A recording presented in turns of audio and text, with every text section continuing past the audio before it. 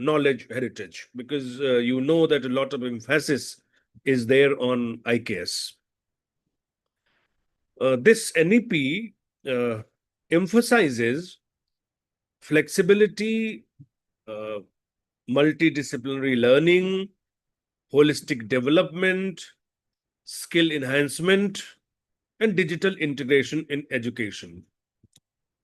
So many meetings, then, discussions, and ultimately this came into effect. And the experts took, suggestions from different countries also. And we believe in our, say, scriptures, where it is written that Ano Bhadra Krato Yantu Vishwata.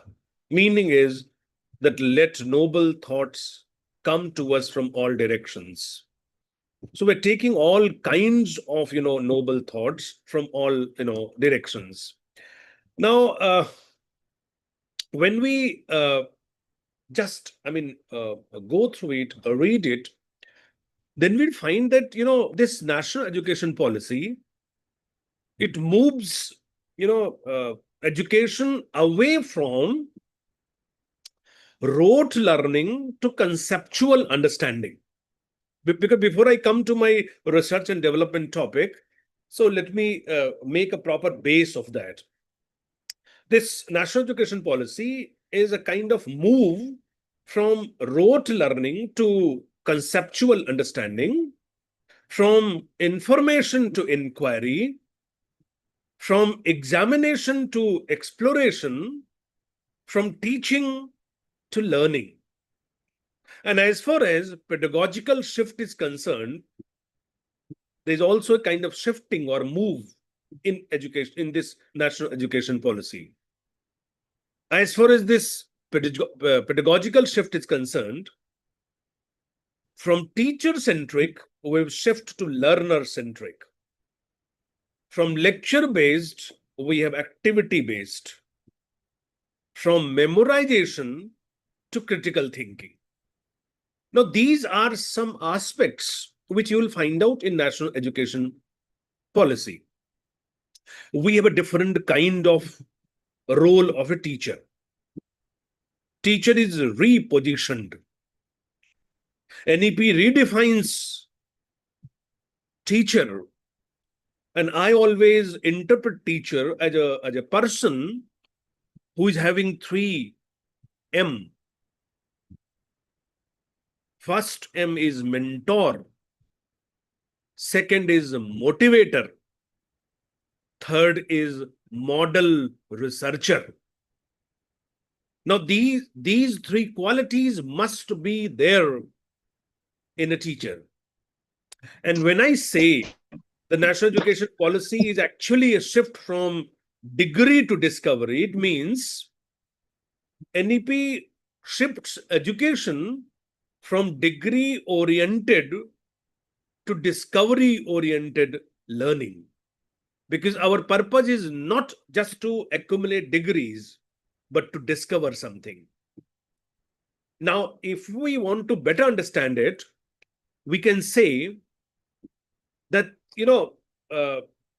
this education policy is from 3C to 3C. Now, earlier 3C, C is C for Calcutta. So, earlier 3C, first C, credentials.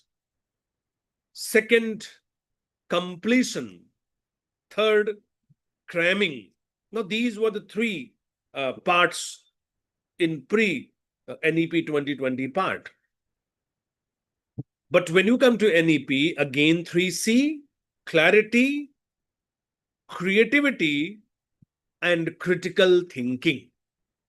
And that is why when, it comes to NEP, I always say that NEP means nurturing education for progress.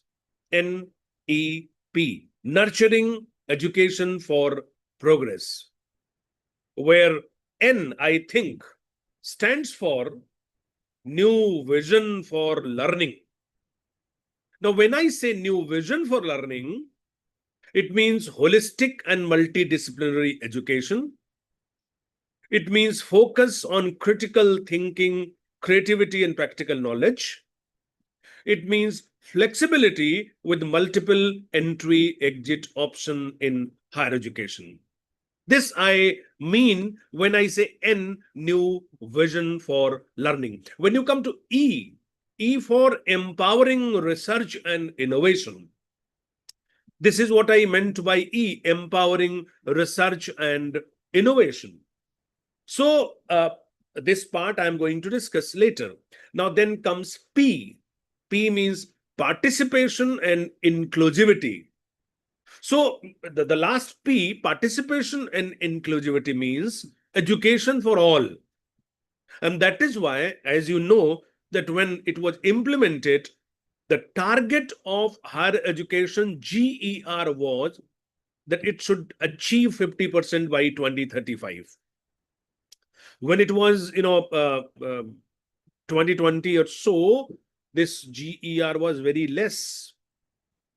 So the target is that by 2035, it should achieve 50%. And when I say P means participation and inclusivity, it means regional languages and mother tongue based learning in early education is required. And when I say inclusivity, it means focus on gender inclusion, differently abled students, and digital learning access. We have to include each and every person.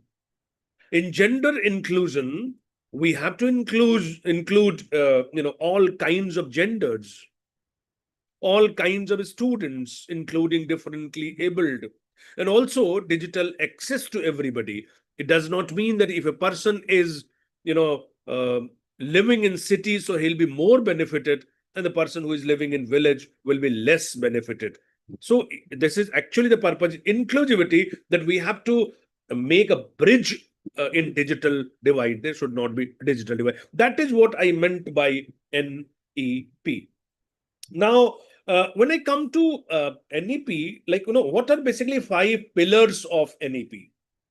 Now, generally, we discuss 5 pillars of NEP, where first is access.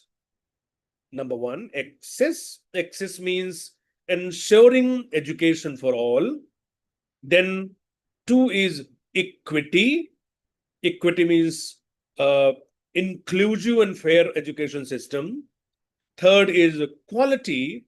Quality means qualitative education, that is improving learning standards. Fourth is affordability, means reducing financial barriers. Then fifth is accountability, that is strengthening governance and policy. So these are 5 pillars of national education policy: access, equity, quality, affordability, and accountability. I personally consider that it is accountability which plays a very important role. Why? Because once I was listening to one of the addresses of Honorable Prime Minister. So Prime Minister actually was focusing on the success mantra. And he said that if you want to achieve success, follow ROAD, ROAD. Prime Minister is very fond of using acronyms which are carrying a lot of weight. So ROAD, R for responsibility, O for ownership, A for accountability, and D for discipline. These 4 virtues should be there in the personality of a person if he or she wants to get success. Now, here also, accountability plays a very important role. Now, there are so many points actually which can be discussed in NEP, but my focus is on research and development. I'm not going to discuss,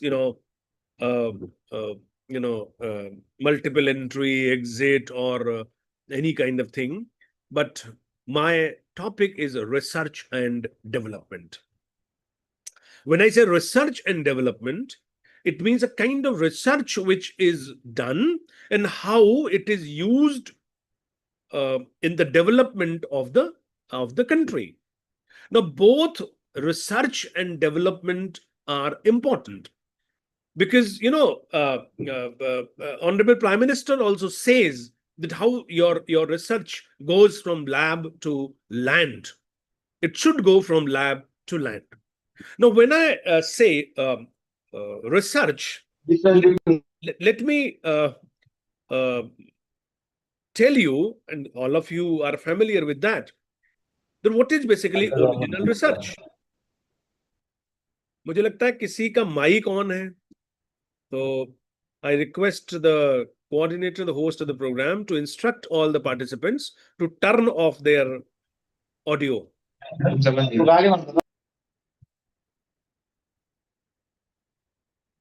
तो आप लोग video on करिए और audio of करिए. Samadhan, I request you to sit properly at your place, because so now what is basically research? If I say research, I'm just simply asking any of the participant, if possible, can you tell me what?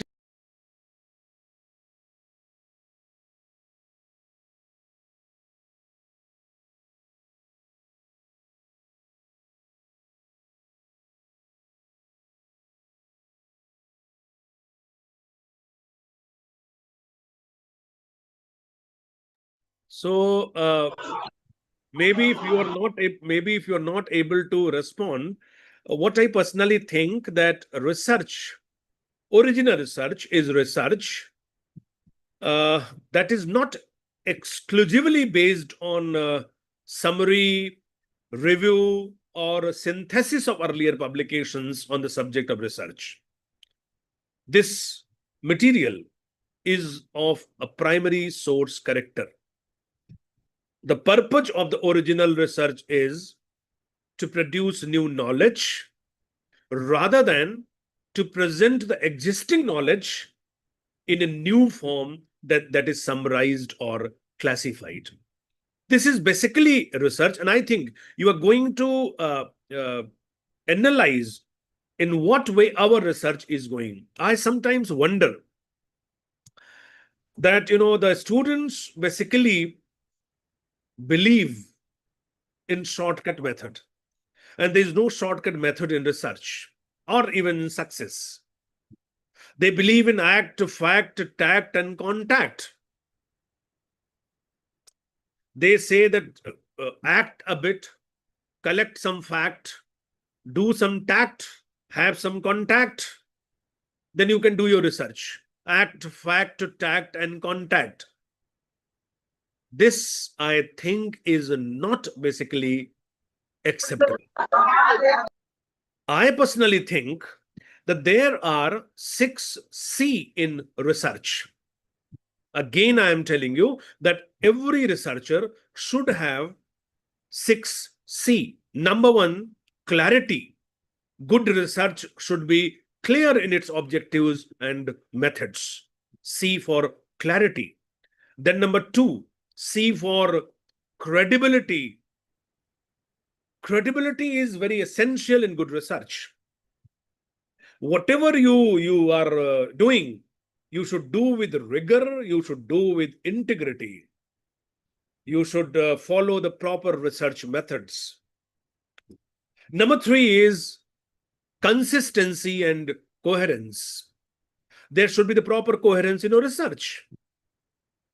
I have seen that, how researchers are not able to develop the proper coherence in the chapters. Chapter 3 does not look that it is the result of chapter 2. It does not have a logical coherence. It should have logical coherence. First is clarity, then credibility, then coherence.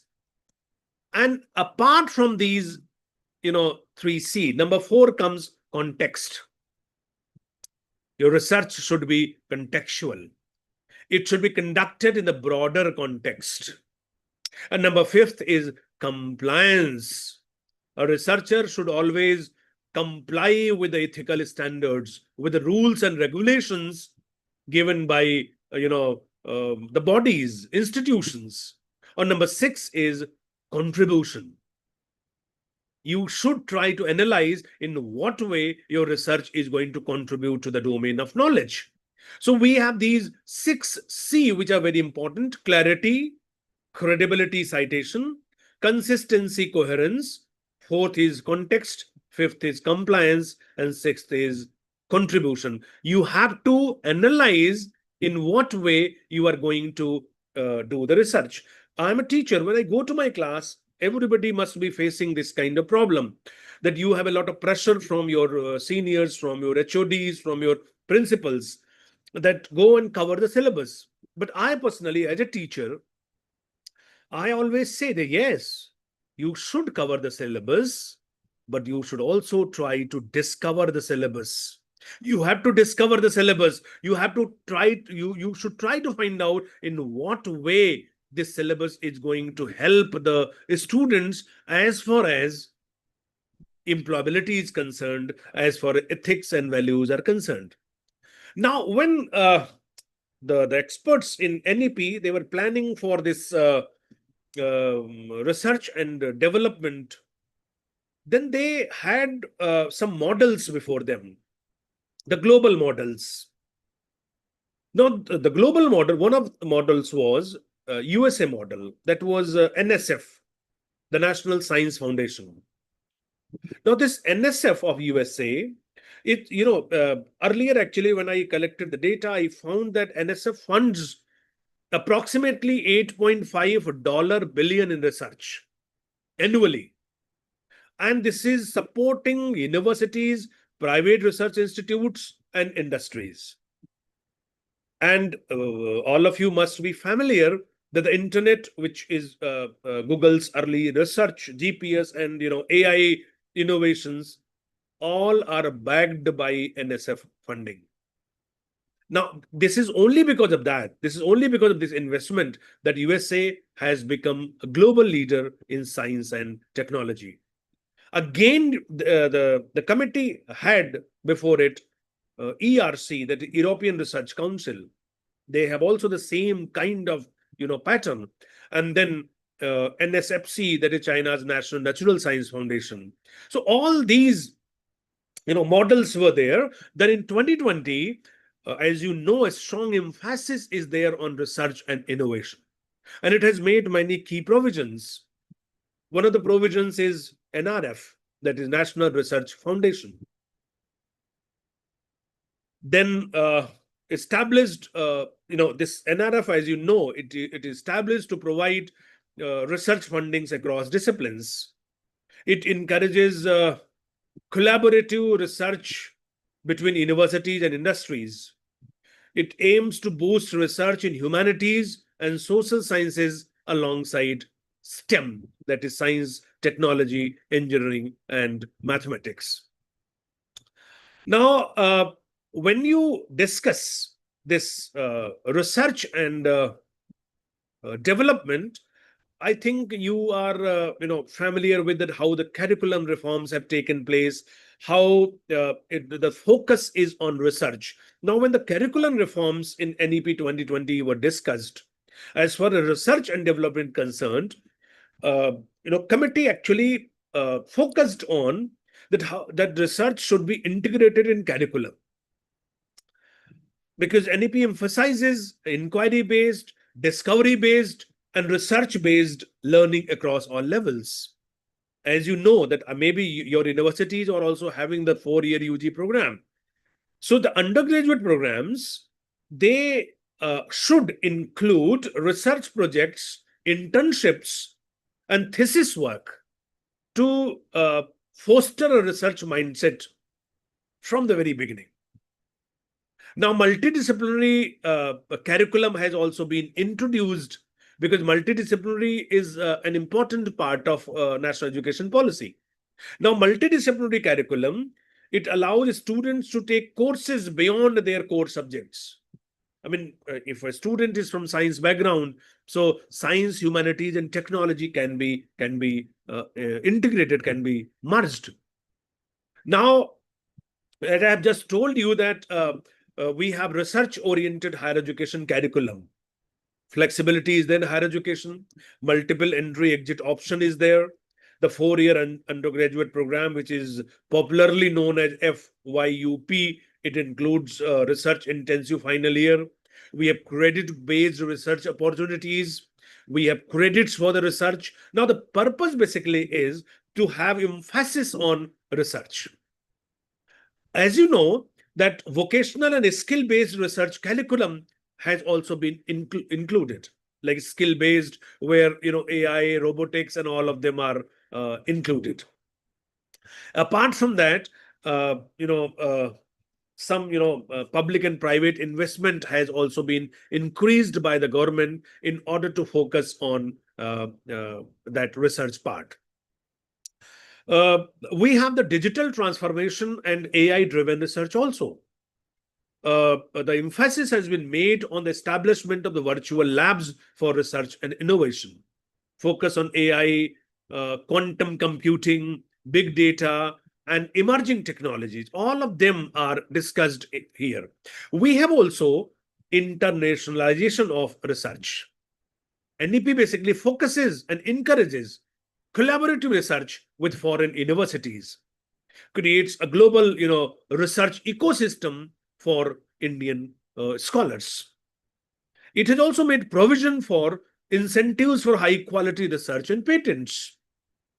It supports startups, innovations in different universities. It also makes a provision to provide some incentives and funding to file patent and intellectual property.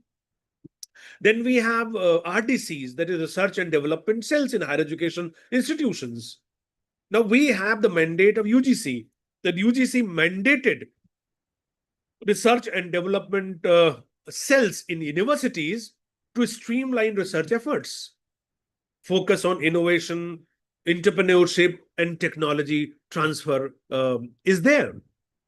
Now, this establishment of research and development cells in higher education institutions will enable attainment of targets of Atmanirbhar Bharat and is expected to play a pivotal role in catalyzing multidisciplinary, interdisciplinary research culture, which is mandated in NEP 2020.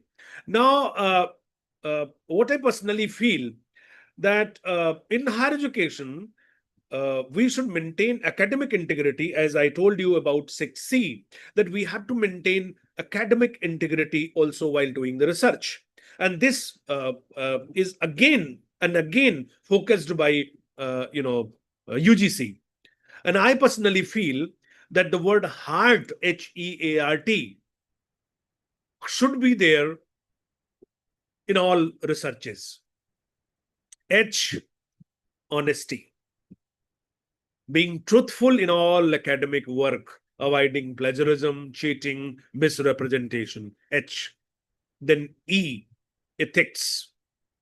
We have to adhere to moral and ethical standards in research. Then A, accountability. We have to take responsibility of one's own actions. Then R, respect. We should value diverse ideas. We should respect others. Then T, transparency. There should be transparency in our research, openness in research, openness in collaboration and assessment processes. So HEART should be there in research. HEART, honesty, ethics, accountability, respect, and transparency. Now, as I've just told you that RDCs play a very important role. And UGC has already given instruction to universities. And we have basically in RDC, we have the structure of RAC.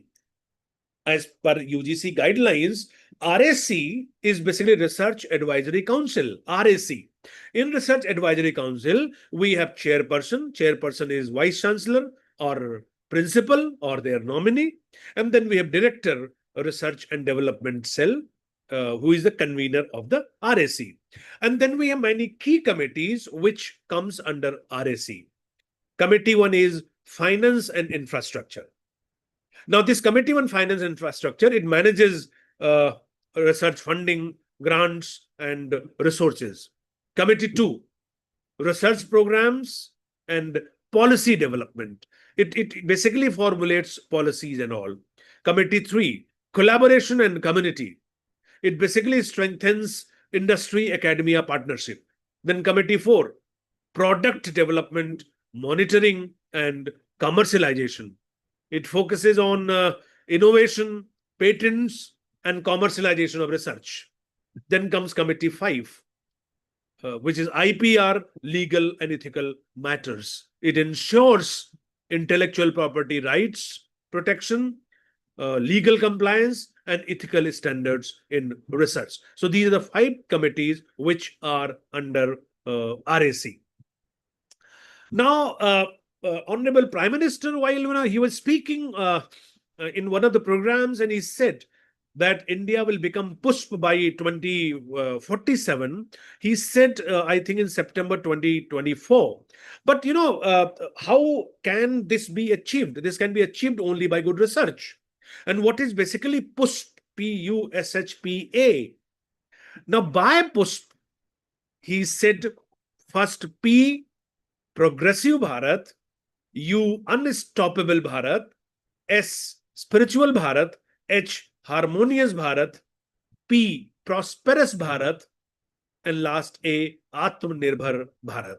So this push will become when we will focus on research and give the qualitative research which should have heart.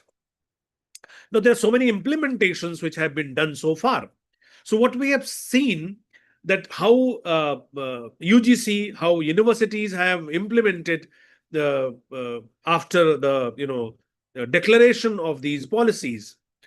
We have the launch of National Research Foundation. NRF is there. Then second is establishment of research and development cells. We have research and development cells in almost all the universities. I collected the data a few months back. So I found that more than 300 universities established, RDCs there. The University Grants Commission made a notification on 14th March 2022, where guidelines for the establishment of research and development cells in higher education institutions is given. If in your concerned university or the college, RDC is not there, you just go through it and try to establish it at the college or university level. Third is government has also tried to increase some funding in research. Then fourth is digital and AI driven research in its initiatives have also been taken. Then fifth is industry collaboration and startup support is also there. Then international research collaboration has also started. Then patent and innovation promotion is also there. Then implementation of multidisciplinary research programs is also there. Apart from all these points which are implemented, there are so many challenges also. And I have seen that the challenges which are there are really very tough. But we have to face all these things, because whenever a new thing is introduced, it becomes the responsibility of all of us to move together, to proceed together. But the first challenge is that in comparison to other foreign countries, we have actually low public and private investment in R&D. If you just see the other countries, they have better investment. Second challenge is lack of research infrastructure and facilities. We have less infrastructure and facilities.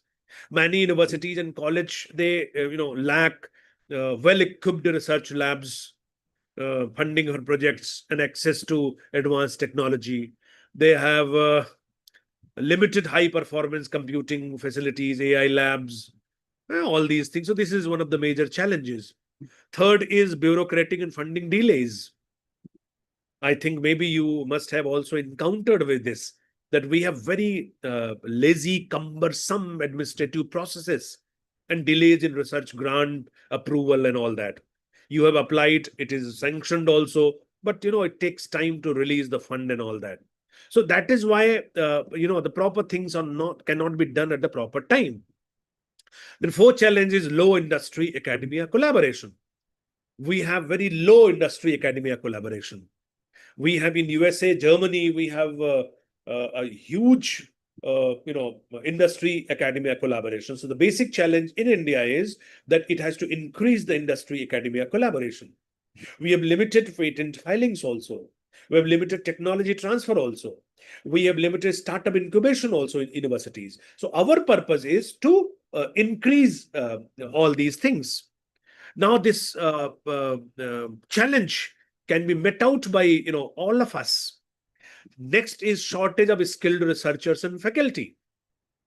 Now there was a data actually which I collected a few months back, and I found that this shortage of skilled researchers and faculty plays a very crucial role, and this is one of the challenges as far as R&D is concerned.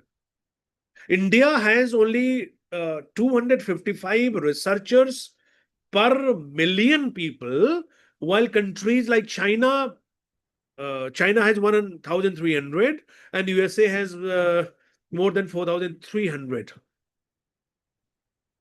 Many universities have shortage of experienced research faculty and mentors. It now becomes our responsibility to increase this number, to make people more equipped, more experienced, more proficient. Next challenge is focus on theoretical research instead of innovation. National education policy always focuses on theoretical, not on theoretical, but on critical thinking. But our mindset is of that. We will focus on theory actually, not on innovation. So it lacks practical applications. The challenge is shifting focus to applied research, patents, and technology commercialization. Sorry. So this, here again, this becomes our responsibility. Next challenge is lack of multidisciplinary research approach. If you ask me, I'm a professor of English. Our mindset is generally that the student comes, I will always say that, yes, you are a student of English, so you go to English. But in we do not follow multidisciplinary research approach. Research in India is often, siloed within individual disciplines. And NEP 2020 promotes multidisciplinary, interdisciplinary research. And that is why limited collaboration is there between science, social sciences, humanities, and engineering disciplines. It becomes now our responsibility to expand this domain. Then we have a challenge slow implementation of RDCs. I told you the data also that around say 250 or so RDCs are there in universities. Many universities till date, they lack the trained staff. And that is why R&D is not established. So it is again a very challenge to establish the R&Ds also. Then we have low patent filing. As I have just told you, that India ranks low in global patent filings. Our challenge is to promote this. And the last, which I think challenge, is resistance to change and traditional mindset. This is a very tough challenge. Our mind is very traditional. We do not want to change. I can share one very short story with you that one of my colleagues, actually, he was there in a college. He retired and then he, gave me a call expressing the thanks to me that, sir, you always supported me and now I'm superannuated. So, I just want to give a note of thanks to you for whatever kind of thing you have done for me. And, I retired on a very right time because I cannot, adjust in this kind of techno-savvy culture and all that. So, basically, people are resistant to change. They have traditional mindset. They have, many universities have outdated curricula with limited emphasis on research. Faculty and administration, they are resistant towards this kind of tendency. Now, we have to move towards research-driven education system. And this is the responsibility of all of us to do that. Otherwise, the mission, the vision of NEP cannot be materialized. And the last, which I think is the digital divide and unequal to research resources. I have already discussed with you that access is one of the important pillars of NEP, but digital divide is there. rural and state universities, they lack access to digital, research tools, online journals, and funding opportunities. The challenge is to bridge the urban rural research gap and improve accessibility to digital infrastructure. If we do it, I think we'll achieve the mission and the vision of national education policy. So this much I wanted to share with you. Actually, I have another meeting just after that. So if you want to ask anything, you can very quickly. I will respond because I have another meeting to attend.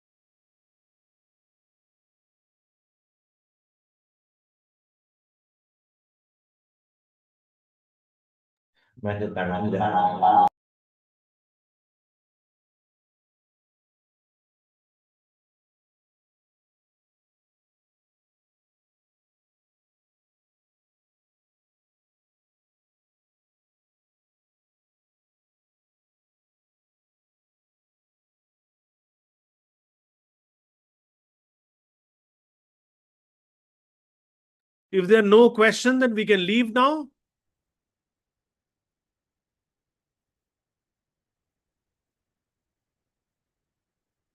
Yes, participant, is there any questions? If there is any question, you can ask. Otherwise, we leave because I have another meeting actually. Hello. Okay, sir. I think we should conclude considering your Hello. occupied assignment. Sir, So, is I am audible? Yes, you're audible. yeah, sir. You are audible, sir. Sir, I have one question. Please. Sir, actually, while doing our academic work, Huh? what are the ways to encourage our faculties and students for research? How to? Encourage the faculties and students for particular research. I think you should go to recent trends also. And, say, for example, as far as students are concerned, you have the 4-year, degree program where in the last year, the students are basically research oriented. So in the last Yes. year, the 4th year, you should encourage how to proceed further. You should suggest them in what area they can go. Just encourage them for multidisciplinary and interdisciplinary research. They should go and access various kind of platforms, like say, for example, they can go to these digital initiatives of UGC. For example, they can study some thesis from Shodh Ganga, study some synopsis from Shodh Gangotri. They can study some, research papers also. Try to find out that what are basically the emerging areas where they can go. But uh, you should also encourage them to take the help of artificial intelligence also. But integrity, honesty, originality should be maintained. It should be from the very beginning. Yes, sir. Thank you, sir. Yes, anyone else? So please conclude it because I have another Yes, meeting. yeah, sir, yeah. Please. So on behalf of all the organizers and the esteemed organizers and all the learned participants, I extend my sincere thanks to Professor Shukla sir for such a wonderful and informative session towards this research and development. During this session, sir has elaborately expressed the entire concept of this NEP from the research perspective. We are really thankful to you, sir, for your precious time and thought-provoking session here. And with the kind consent of Professor Shukla, sir, I would like to declare that this particular session will be over here. Thank you, sir. Thank you so much. Thank you. Thank you. So participants, we will continue for the next session. So till there will be a break for a couple of time. You can take the break and we will continue our next session as per our schedule. Thank you, everyone.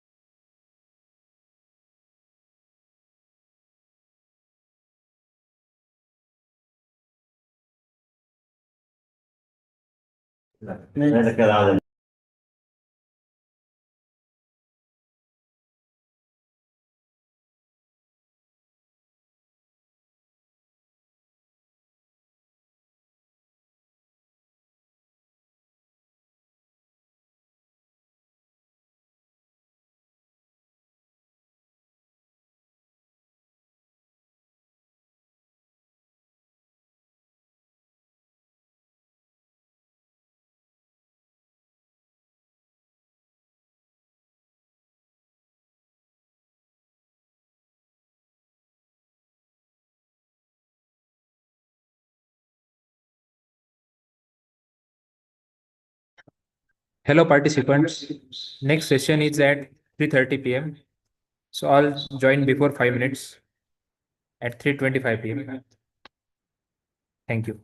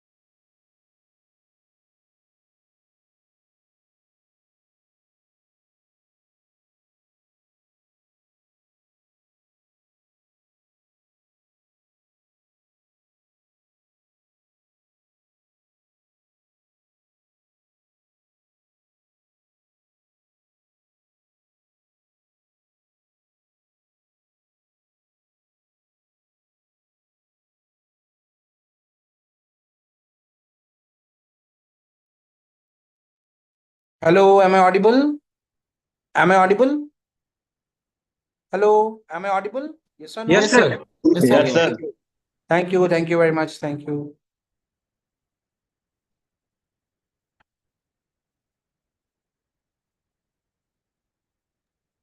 Hello, Professor Ankush sir, shall we start if you could permit? Yes, please, the way you are comfortable. Or if you want, we can take a break for 5 minutes. Yeah, sir. Yeah. Or if you want, we can take a break for 5 minutes and join, right? So we already taken. So we have already taken the break and we are waiting for you, sir. Actually. अच्छा ठीक है okay ठीक है Okay. करिए ना, So करिए. friends, good afternoon. Sir, good afternoon once again. As I have already told you that our today's session have been split into the two different parts. It was completed and now we are moving towards the another part of the today's session. Friends, know that this academic leadership, whenever we are talking about the institutional governance and the academic leadership, the role of is became very much important. And you know that whenever the institutional governance is there, that we being the teacher having the different responsibilities on our shoulder to develop our institution in a different way.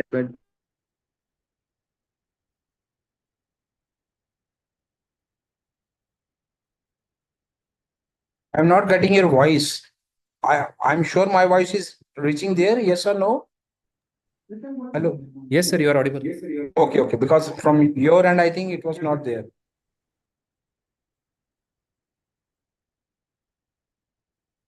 Yes, please continue. Please continue before we start. Yes.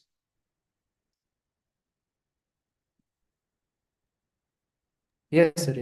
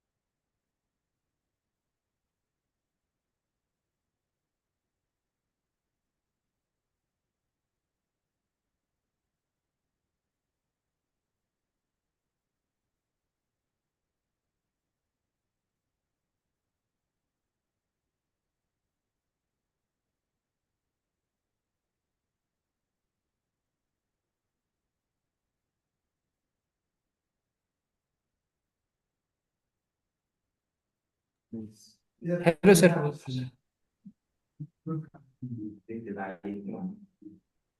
Is there any issue or hello? No, sir, there is no issue. You can start the session. Should I start? Yes, sir. Okay. So, good afternoon, dear participants. Myself, Professor Ankush Anand. Basically, I'm a mechanical engineer, but since COVID, I started working in the area of this NEP, what you call that, National Education Policy. So, in that direction only, today we'll be discussing about something known as your academic leadership, governance, and management from NEP perspective. So, I hope my PPT is visible to you and my voice is audible. Yes, sir. Yes, sir. You are clearly audible. You are warmly welcome here and request you to please start with us. Thank you. Actually, Okay. due to sir, you can continue, sir. Please continue. Okay, thank you. Now, when we talk about NEP, participants, what is your understanding about NEP? Is it national education policy? Is it new education policy? Or what is your understanding about NEP so far? Any participant? Any participant who can put some light? What is NEP basically? आप क्या समझते हैं? National education policy है, new education policy है, क्या है ये?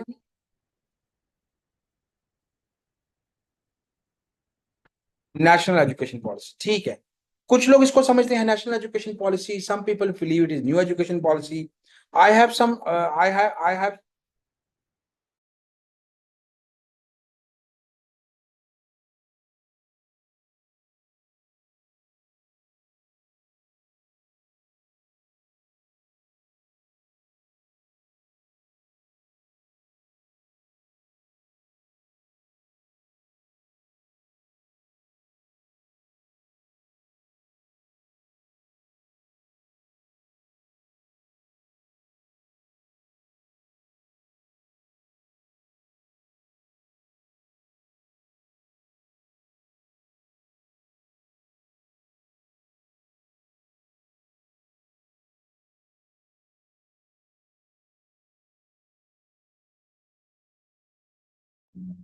Hello, sir. Your voice is not audible. ये लेगा.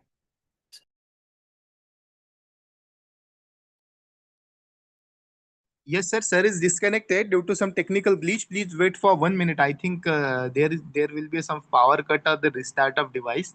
Sir has just called me. We will wait for 1 minute and then we will start with the session. Yes, yes.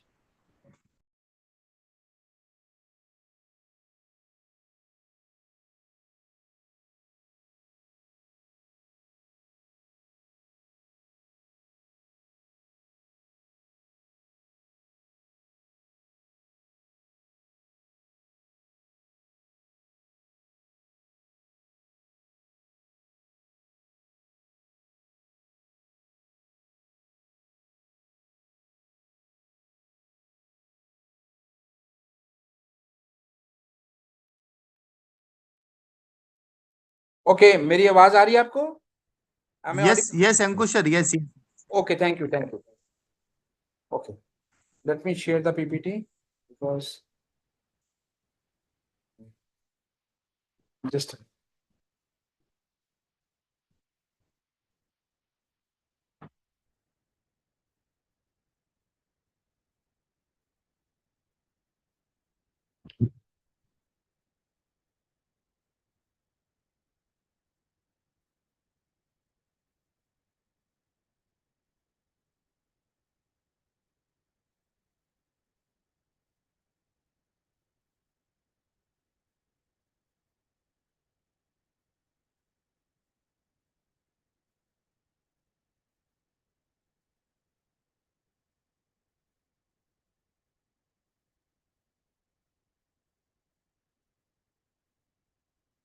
are you able to see the PPT? Yes.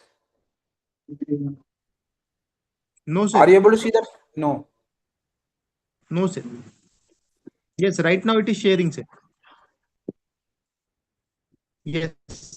It's visible We are now. able to see your presentation. Yes, yes, it is visible now, sir. But mode I am not. Wait, wait. I have to. Just a minute. Just a minute.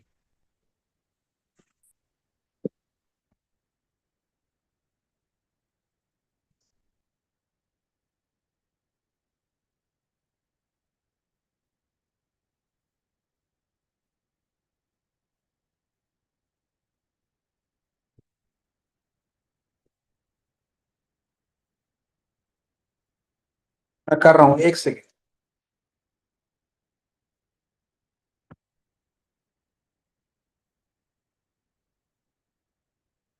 Okay, देख पा रहे हैं PPT? Yes. Yes, sir. Yes, sir. Okay Sir, okay yes, ठीक है. sir. Yes, sir. Okay. Now the thing is, we talk about national education policy. Some people say national education policy. Some people say new education policy. I have some different understanding with respect to education policy, which I'll decode maybe in the next 3 or 4 slides. But the thing is, when we come to the academic leadership, right? So academic leadership or maybe governance or management, then it is essentially with respect to the higher education ecosystem. Essentially with respect to the higher education system ecosystem. So first of all, let us discuss about higher education ecosystem. But before I talk, before I actually enter into this, I just want to know the domains in which the participants are teaching. All of you are from engineering and technology? All of you are from engineering and technology? Yes?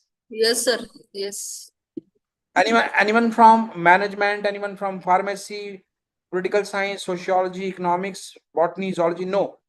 Anyone? I mean, majority of you are from engineering and technology. Okay? Yes or no? Yes.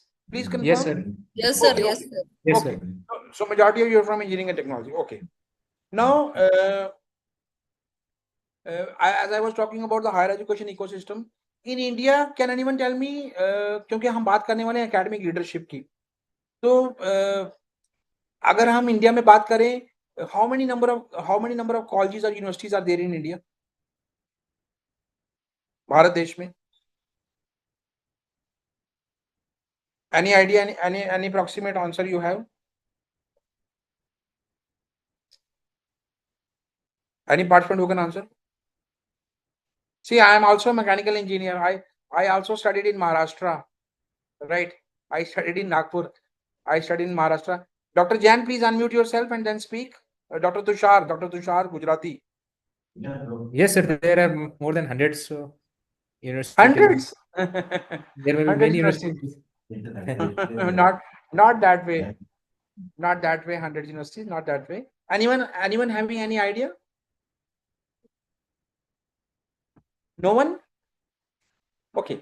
In India, now why I have asked this question? Because there is some body which conduct this survey, that how many colleges are there, how many universities are there, how many other institution of higher learning are there. और उसको हम बोलते हैं All India Survey for Higher Education, AISHE. So we have done data known as AISHE data. Now on the basis of the 2021 statistics that I am having with me, क्योंकि उसके बाद का मेरे पास नहीं है अभी 2021 statistics, there are nearly 46,272 colleges, nearly I would say 46,272 colleges, around 1,368 universities, 1,368 universities, and then some institution of national importance like NITs, IITs, then Indian Institute of Science, Indian Statistical Institute, then some prominent universities, some prominent universities like Banaras Hind University, Aligarh Muslim University, Delhi University, Bombay University, Calcutta University, Madras University, and so on.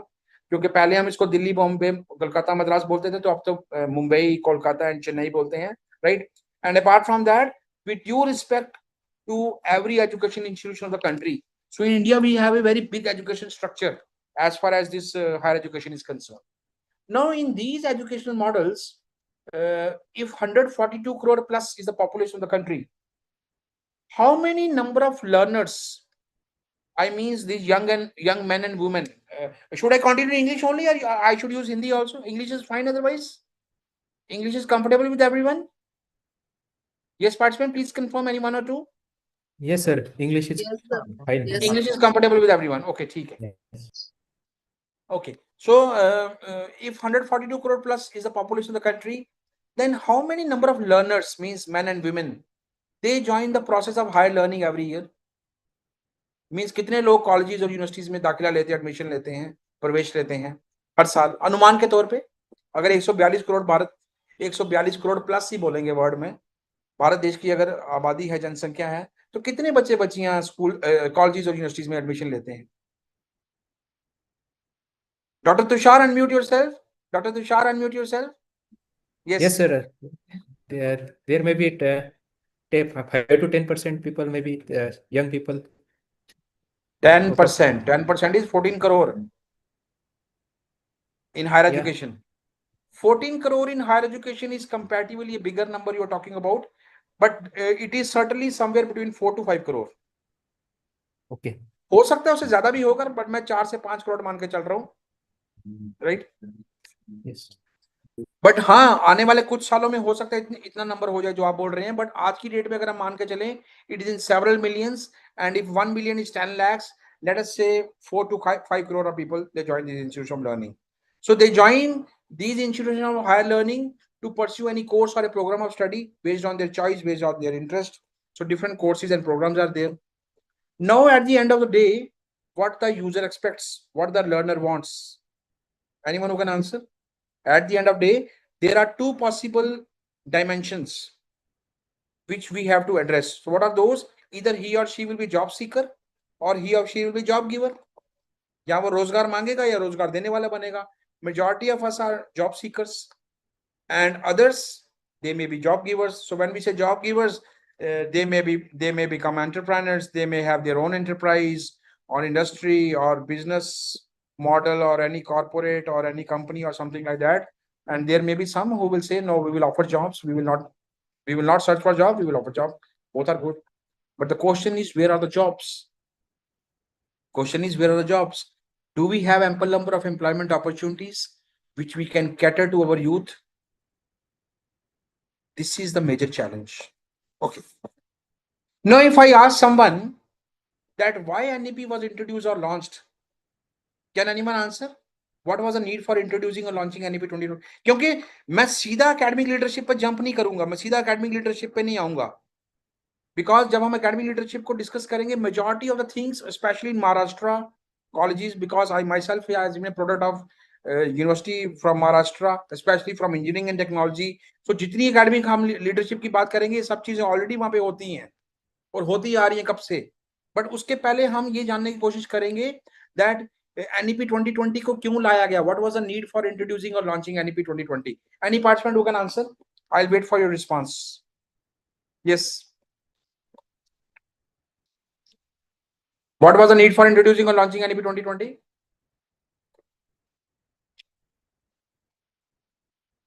जी, को बताना चाहेगा मेरे को? Hello, कोई मुझे बताना चाहेगा? Doctor Kiran, yes.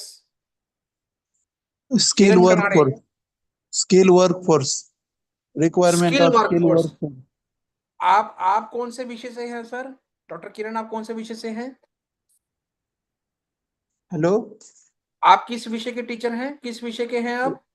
Electronics and telecommunication. Electronics and telecommunication. Skill तो हम लोग तो ऑलरेडी स्किल है। इंजीनियरिंग एंड टेक्नोलॉजी की तो मैं बात अगर करेंगे, वो तो सारे स्किल वाले हैं। इसीलिए मैं पूछ रहा था कौन कौन से पार्टिसिपेंट हैं। तो स्किल तो एक प्रोविजन है जिसके थ्रू NEP को इंप्लीमेंट किया जा रहा है। But the thing is multidisciplinary, multidisciplinary, transdisciplinary, holistic education, है ना, yes yes, inclusiveness, diversity, these are all the features, innovation, है ना, ये सब चीजें हम बात करते हैं, ये सब कुछ NEP के अंदर करना है। But my question is what was the need for introducing, इसको लाया क्यों गया, क्या कारण था?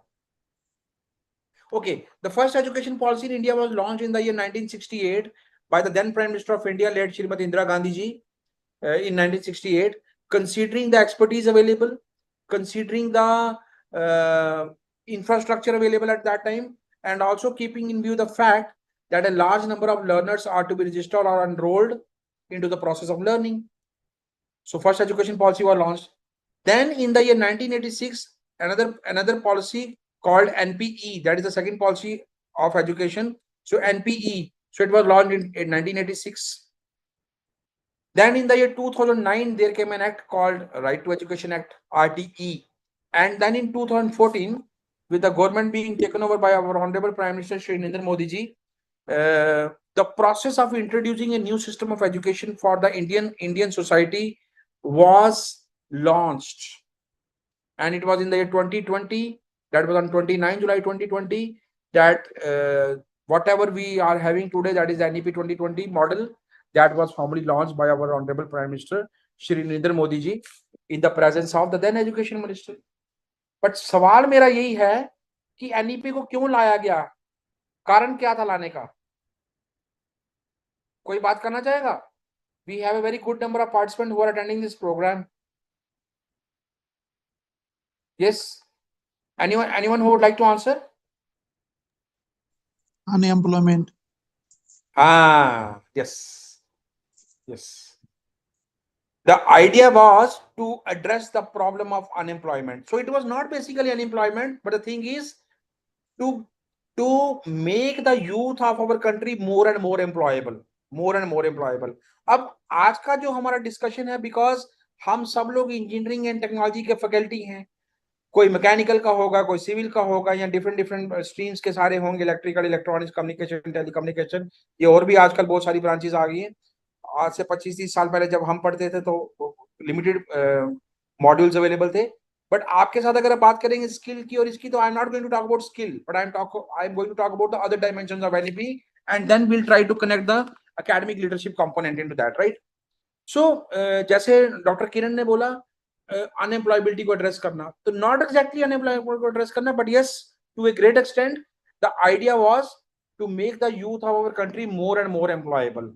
तो वो कैसे होगा? वो स्किल के थ्रू होगा, and that is why the prime minister constituted a task force headed by Professor K. Kasturi Rangan as chairperson of the NEP 2020 drafting committee to look into the various dimensions of the Indian education model, and then to develop and present a model which is futuristic and sustainable. That is very, very important, and that is why NEP 2020 document has been designed in such a way that it offers a holistic system of education, it offers a multidisciplinary system of education, it offers a transdisciplinary system of education. Now let me show you that slide before I proceed now further. Participants, are you able to see this slide? Yes, sir. Are you? Yes, The then Prime Minister of India, late Pandit Jawaharlal Nehru once said, a university stands for humanism, for tolerance, for reason, for the adventure of ideas, and for the search of truth. It stands for the onward march of the human race towards ever higher objectives. If the university discharge their duties adequately, then it is well within the nation and the people. But if the temple of learning itself becomes a home of narrow bigotry and petty objectives, how then will the nation prosper or people grow in stature? So these were the viewpoints of the then Prime Minister of India. यानी कि लोग शिक्षा के साथ जुड़ेंगे तो क्यों जुड़ेंगे, क्या उद्देश्य है, यूनिवर्सिटियों में हायर एजुकेशन इकोसिस्टम में क्या क्या होना चाहिए, बच्चियों का विकास किस तरीके से होना चाहिए, देश का विकास किस तरीके से, ये उनका एक विजन था। और इसको आगे रखते हुए ये हमारे प्रधानमंत्री श्री नरेंद्र मोदी जी का विजन है। क्या है? To make this the century of India, यानी कि विकसित Bharat. It is very important that the youth of India is equally proficient in education as well as skills. When it comes to skills, your mantra should be skilling, reskilling, and upskilling. Skilling, reskilling, and upskilling. Now, what is skilling, reskilling, and upskilling? I think with the participants of engineering and technology, I need not discuss what is skilling, reskilling, and upskilling. तो फिर भी चलो हम कर लेते हैं एक दो मिनट के लिए. So what is skilling? Skilling means to talk about skill, that is to equip yourself in any form of art. So that is skill. Basically skill वही है ना. Like what can be skill? Like writing a computer code or a program is a skill. Solving a complex mathematical equation or a problem is a skill. Or painting a wall is a skill. Or designing a ship or an aircraft or a product or a prototype or a gadget is a skill. Or maybe writing a sonnet is a skill. Cooking a delicious meal or a food item is a skill. Yes, these are all skills. But generally हम skill बात करते हैं कोई भी form की art में. और upskilling means again learning the same skills in a different manner. That is reskilling. And upskilling, what is upskilling? Anyone who can define what is upskilling? Any participant? Yes, any participant who can define what is upskilling? To become expert in that skill. That is skill na basically. Upskilling means to upgrade yourself. To upgrade yourself in the new technologies. Like earlier you were having 2G, 3G, 4G technology. Now you have 5G technology. Maybe by 2029 you will have the 6G technology.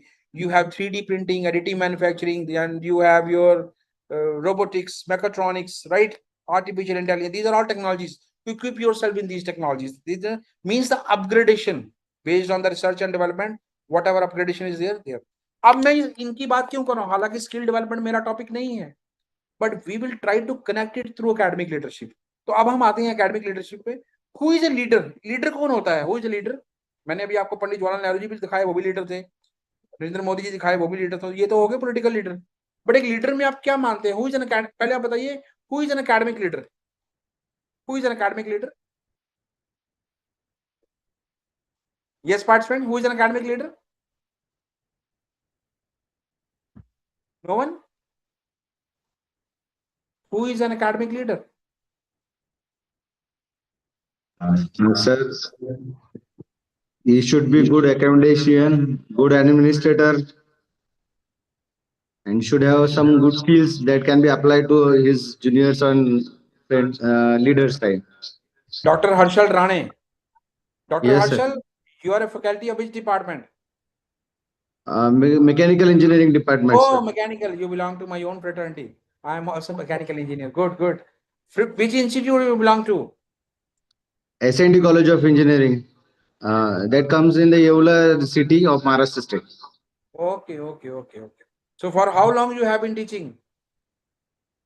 Sir, since from 2016, I am in teaching field. 2016. Okay, very good. So you said about teachers. Okay. Anyone else who can define who is an academic leader? Generally, people have a perception. That vice chancellor of a university is an academic leader. Principal of a college is an academic leader. Dean of a college or a college or university is an academic leader. or maybe director of an institute is an academic leader? The answer is yes. But this is not 100% yes. When I'm saying 100% yes, mean this is not the only answer. So the thing is, who is an academic leader? Now can anyone define who is an academic leader? You can make an attempt.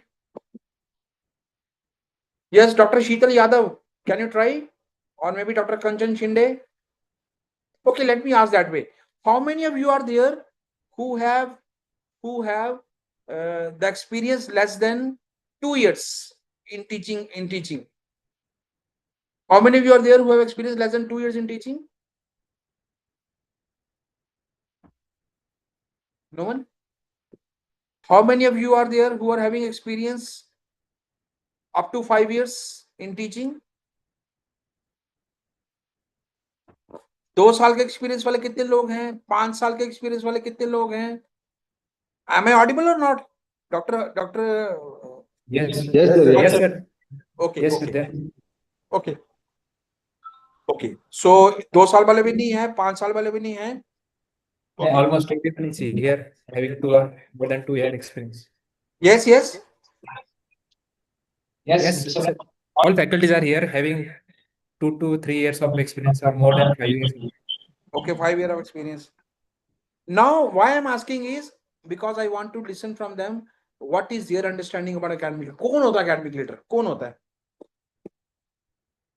Can we say every faculty member is an academic leader? Do you agree? Yes or no? Yes, sir.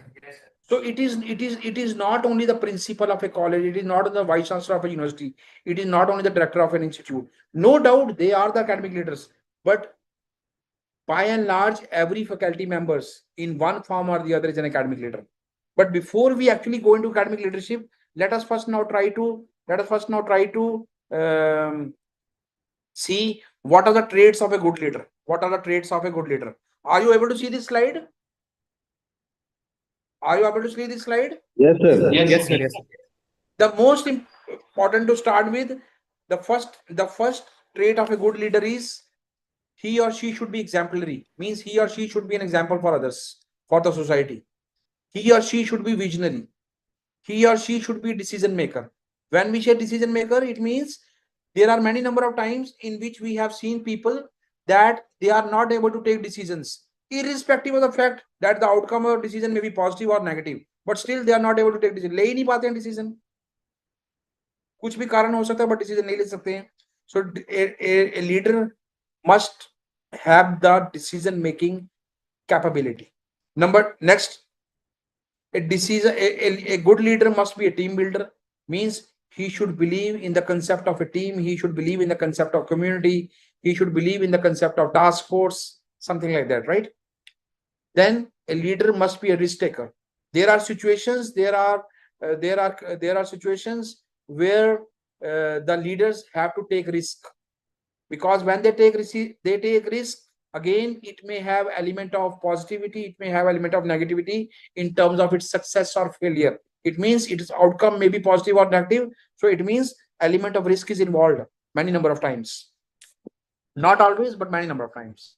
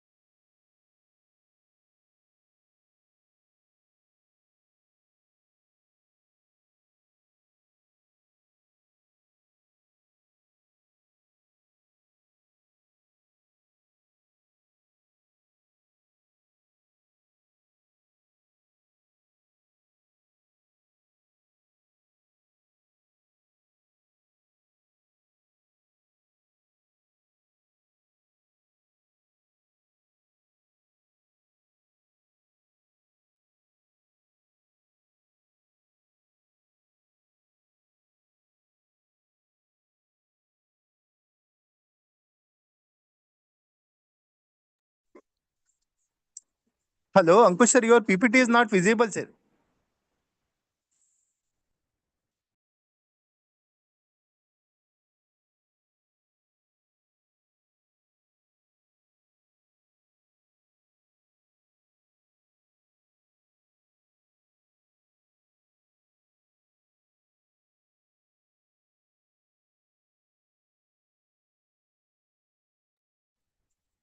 Hello, Ankush sir.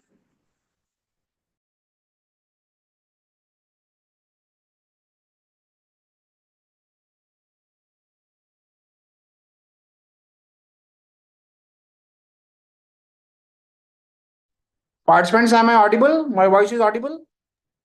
Sir, Yes, right sir. now Yes. you are audible, but your presentation is not visible. Am I audible or not? Please, I think somebody has disabled my screen sharing. That is what I am being told. Sir, you are audible, but your presentation is not visible, sir. See what message I am giving? Host disabled participant screen sharing. So please, No. please allow my screen to be shared. Please confirm from your end whether you have disabled me.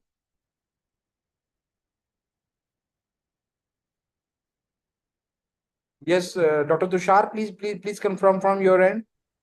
Yes, sir. I have changed the setting. I have made multiple participants can share. So now you can No, share. I'm talking about No, my sir, screen everyone to be can, shared. No, actually, sir, everyone can share the screen, sir. But why Share I'm the being screens. given? But why I'm being given this message that your screen has been disabled? Can you please again share the screen? Yes. Is it visible now? I think it's Yes, visible. sir. Yes, sir. Now it's visible. Sir, it is. Okay, good. I'll urge the participant to please interact during the session, right? That is very important. Especially when it is online, you must interact. Yes, I was at that slide. So risk-taking capability, yes. A leader must have the ability to take risk. Many number of times we have to take risk.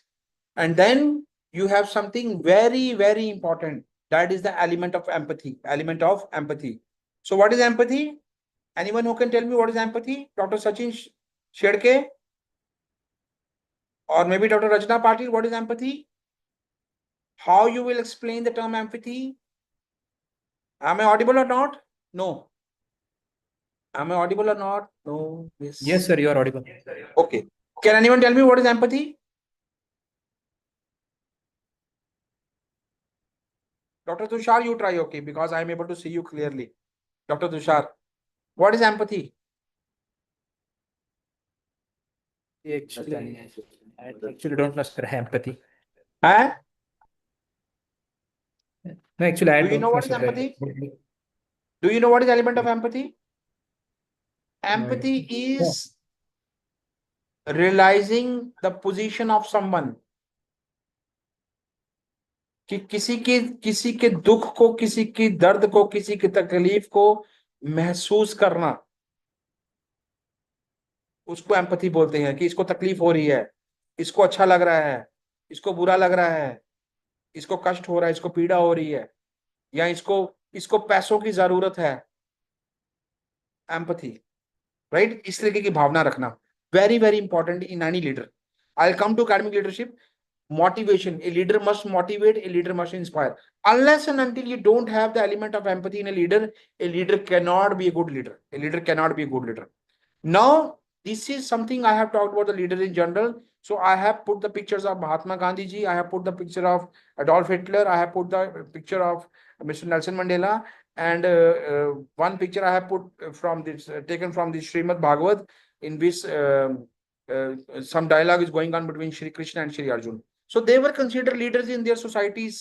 अपने समाज में, अपने युग में, अपने माशरे में, है ना, अपने माहौल में उन लोगों को लीडर माना गया समय समय पर। नाउ लीडरशिप है क्या है? लीडरशिप मीन्स मोटिवेशन, लोगों को मोटिवेट करना। लीडरशिप क्या है? Leadership means skills, leadership means leadership means competence, leadership means authority, leadership means power, leadership means responsibility, leadership means accountability, leadership means teamwork, leader means support, leadership means communication। कुछ भी कह सकते हो, ये सब लीडरशिप है। अब मैंने आपसे सवाल किया था, who is an academic leader? Every faculty member or any faculty member is an academic leader. Do you agree with this, yes or no? Participant, do you agree with this? Yes or no? Yes. Yes, sir. Yes, sir. We all are faculty, we all are academic leaders one way or the other, because we are involved in so much affairs of the institution, which are like to start with, we are the members of different committees of the institute. कोई admission committee का है, कोई anti ragging committee का है, कोई sexual harassment committee का है, कोई जेंडर सेंसिटाइजेशन कमेटी का है, कोई स्पोर्ट्स कमेटी का है, कोई रजिस्ट्रेशन कमेटी का है, कोई एग्जामिनेशन का है ना, बहुत सारी है, मैं कितनों का नाम लूंगा. There are several. कोई इंडस्ट्रियल ट्रेनिंग के लिए मेंटर्स हैं. तो जो एनईपी 2020 है, it talks about the role of teachers beyond academics. So that is what we call as a mentorship role, the role of teachers as mentors. It means teachers are considered as mentors. So when we talk about mentors, then what does it mean? It means that how we are engaging with a student beyond classroom. So here lies the role of now the leadership. We are training students, we are motivating students, we are preparing themselves for different competitive exams. We are mentoring students for different set of roles which they have to deliver, maybe for their engagement with the industry, internship, practice, कुछ भी training किसी form में भी. तो ये तो academic leader का अगर रोल देखा जाए तो बहुत इंपॉर्टेंट है. तो इतनी तो मैंने आपको कमेटीज बता दी, so many committees are there, but apart from that, if somebody feels that our role is only teaching and just dissemination of knowledge and maybe conducting their exams and evaluating, no my dear, no. It can never be the only role of a teacher. A teacher is a multifaceted dimension. It is a multifaceted dimension. He or she has to deliver in different forms. No doubt, the hierarchy, the administrative hierarchy, or your role as a form of an academic leader in your institution, or maybe governor or a manager in your institution, that will vary depending upon the level of engagement, depending upon the level of participation you exhibit in your institution. Now, when we say academic leadership, then what exactly has to be delivered? What exactly has to be done? It is only the teaching learning process? No. But it starts from your involvement in the academic affairs committee of the institute. Have you heard about the academic affairs committee? Any participant? There is something known as board of studies, but prior to board of studies, there is something known as academic affairs committee. किसी ने नाम सुना है academic affairs committee का? Any participant, yes or no? No, sir. Academic affairs. No, sir. Academic affairs committee is you can say the departmental committee. It is the departmental committee before the board of study takes place, where you will deliberate on the different dimensions of the academic programs, like कौन से program को हमें चालू करना चाहिए, हमारा admission intake क्या हमें बढ़ाना चाहिए, कोर्स करिकुलम में रिवीजन कैसे करनी है, design and redesign of the courses, और कौन से कोर्सेज को हम ऐड कर सकते हैं, कौन से यूनिट को, चैप्टर को, मॉड्यूल को ऐड कर सकते हैं, किसको हमें लग रहा है कि now with change in time these things have become irrelevant or they are not of much significance, तो हम इनको अभी अपने करिकुलम से अभी इसको हटा सकते हैं. ये सारी डेलिब्रेशन, या इंडस्ट्रियल विजिट कितनी होनी चाहिए, इंटर्नशिप प्रोग्राम कैसा होना चाहिए, ट्रेनिंग कैसी होनी चाहिए, who should be our mentors, who should be people from industry who have to be engaged with us, किन किन लोगों को, स्टूडेंट्स को नहीं, किन किन फैकल्टी मेंबर्स को, किन किन स्टाफ मेंबर्स को हमें ट्रेन करना है, उनको अपग्रेड करना है, तो हमें किसको किसको ट्रेनिंग करनी है, means departmental committee, departmental meeting you can say. तो इसका नाम काफी जगह होता है academic affairs committee. So there also lot of brainstorming is there, decision making is there, recommendations are there, है ना. ये सब एक्सरसाइज हम करते हैं, तो अपने आप हम कहीं ना कहीं एकेडमिक लीडर्स हैं. उसके बाद अगर हम जस्ट मिनट, यस, उसके बाद अगर हम बात करें किसी भी एकेडमिक एनवायरनमेंट में, देयर आर सम ड्राइवर्स और pillars known as key drivers of academics. So what are those? These include your resource infrastructure, your talented man force, your culture, your governance, and fifth one I have put as that, etc. Now, what is resource availability? Resource availability includes your physical infrastructure. It includes your classrooms, your buildings, your library, then your laboratories, then your seminar room, your conference room, then your lecture theaters, then your what you call examination room, then you have your drawing studio, drawing hall, or maybe design studio, or maybe you have something known as your center of excellence, if you have, or any central instrumentation facility, or maybe any special or advanced type of labs, or in general computer center, network center, server room, software lab, or any form of infrastructure which you feel necessary as a part of your academic teaching learning process, or depending upon the programs you are offering. तो वो क्या होगा, एक arts college के लिए अलग होगा, एक मैनेजमेंट कॉलेज के लिए अलग होगा, इंजीनियरिंग एंड टेक्नोलॉजी के लिए अलग होगा, फार्मेसी के लिए अलग होगा, है ना, वेटनरी के लिए अलग होगा, मेडिसिन के लिए अलग होगा, and so on. So there are different dimensions to it, but by and large it talks about the physical infrastructure or other form of resources which are necessary. It can be both in hard form, it can be both in soft form, right? So those are necessary. So academic leaders have a very important role with respect to the establishment of resources, with respect to the creation of facilities, right? Start of new programs, expansion of courses. ये जो हम AICT approval लेते हैं और ये सब कुछ करते हैं, या NBA प्रोसेस में जाते हैं, accreditation प्रोसेस में, या NEP प्रोसेस पे जाते हैं, you know, I believe that आप लोग सब लोग महाराष्ट्र के कॉलेजेस और यूनिवर्सिटीज में से हैं. All of you must already be aware of the NEC and NBA process, right?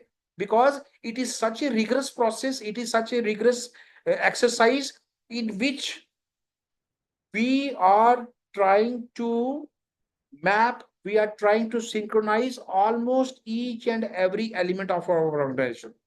है ना, आपने देखा होगा जब ये सारी एक्सरसाइज होती है छोटी से छोटी, तो अपने आप हमारा एकेडमिक लीडरशिप का रोल उसमें इन्वॉल्व हो जाता है. उसी में हमारी एकेडमिक मैनेजमेंट है, उसी में हमारी एकेडमिक गवर्नेंस है. तो ये सब चीजें उस तरफ जाती हैं. अभी मैं स्लाइड पे फिर आऊंगा, बट इससे पहले मैं आ रहा हूँ, ये NEP का जो मॉडल है, ये है NEP का मॉडल. कुछ लोग कहते हैं न्यू एजुकेशन पॉलिसी, कुछ कहते हैं national education policy, but basically NEP बात करता है किस पे, मेन स्ट्रीम लर्निंग मैकेनिज्म पे. So it talks about bringing the unorganized strata of our society into the mainstream learning mechanism. कोई मुझे बता सकता है mainstream learning mechanism क्या होता है? Anyone who can explain what is mainstream learning mechanism? Yes. What is mainstream learning mechanism?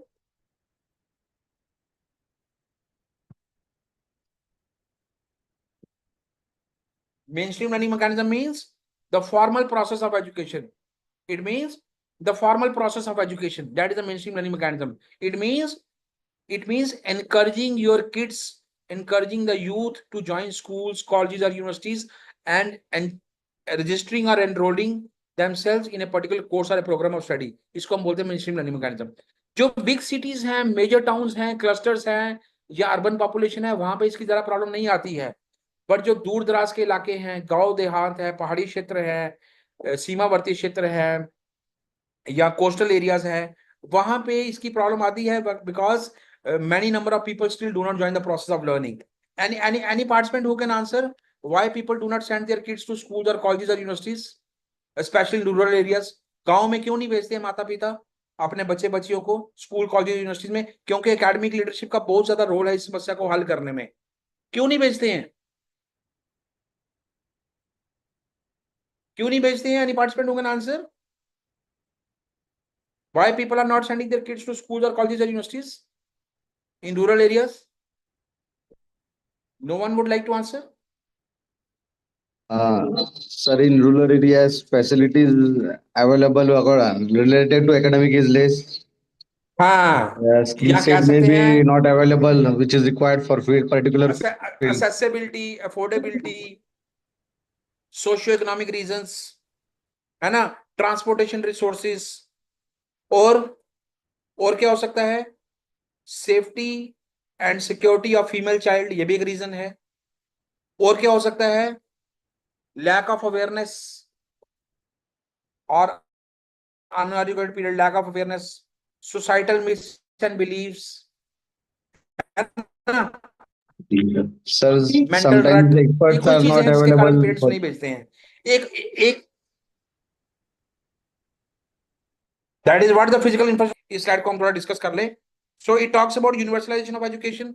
It talks about internationalization of education. It talks about globalization of education. It talks about universalization of education or internationalization of education. It means it believes in the philosophy that everyone should be encouraged, everyone should be motivated. अब आपने देखा होगा कि foreign universities they are trying to set up their campuses in India. Do you know this concept? Do you know some of the foreign universities, they are now trying to set up their campuses in India. The government of India has given the permission. Any participant who is aware of this? I think around 15 colleges are now being set up. 15 educational centers are now being established. और उसमें जो majority of the universities are, they are from either from UK, Australia, and maybe 1 or 2 are from US. Anyone who has heard about it? Recently, government of India has given the permission. किसी को मालूम है? Just a minute. Just a minute.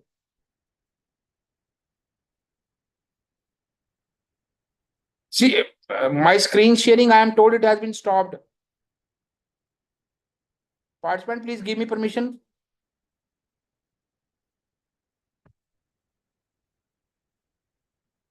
Participant, please give me permission. Hello, sir. Permission is given to you already. But I received a message that screen sharing has been disabled. Yes, sir. Now it's visible. Now visible. Yes. Okay. So I was talking about this, that is international education, globalization, and universalization of education. Now, who will ensure all these? When we say internationalization, when we say universalization, when we say globalization, it means everyone should be given the access to the process of learning. Who will ensure? Academic leaders, the academic fraternity, the teaching fraternity. It means they will frame such policies.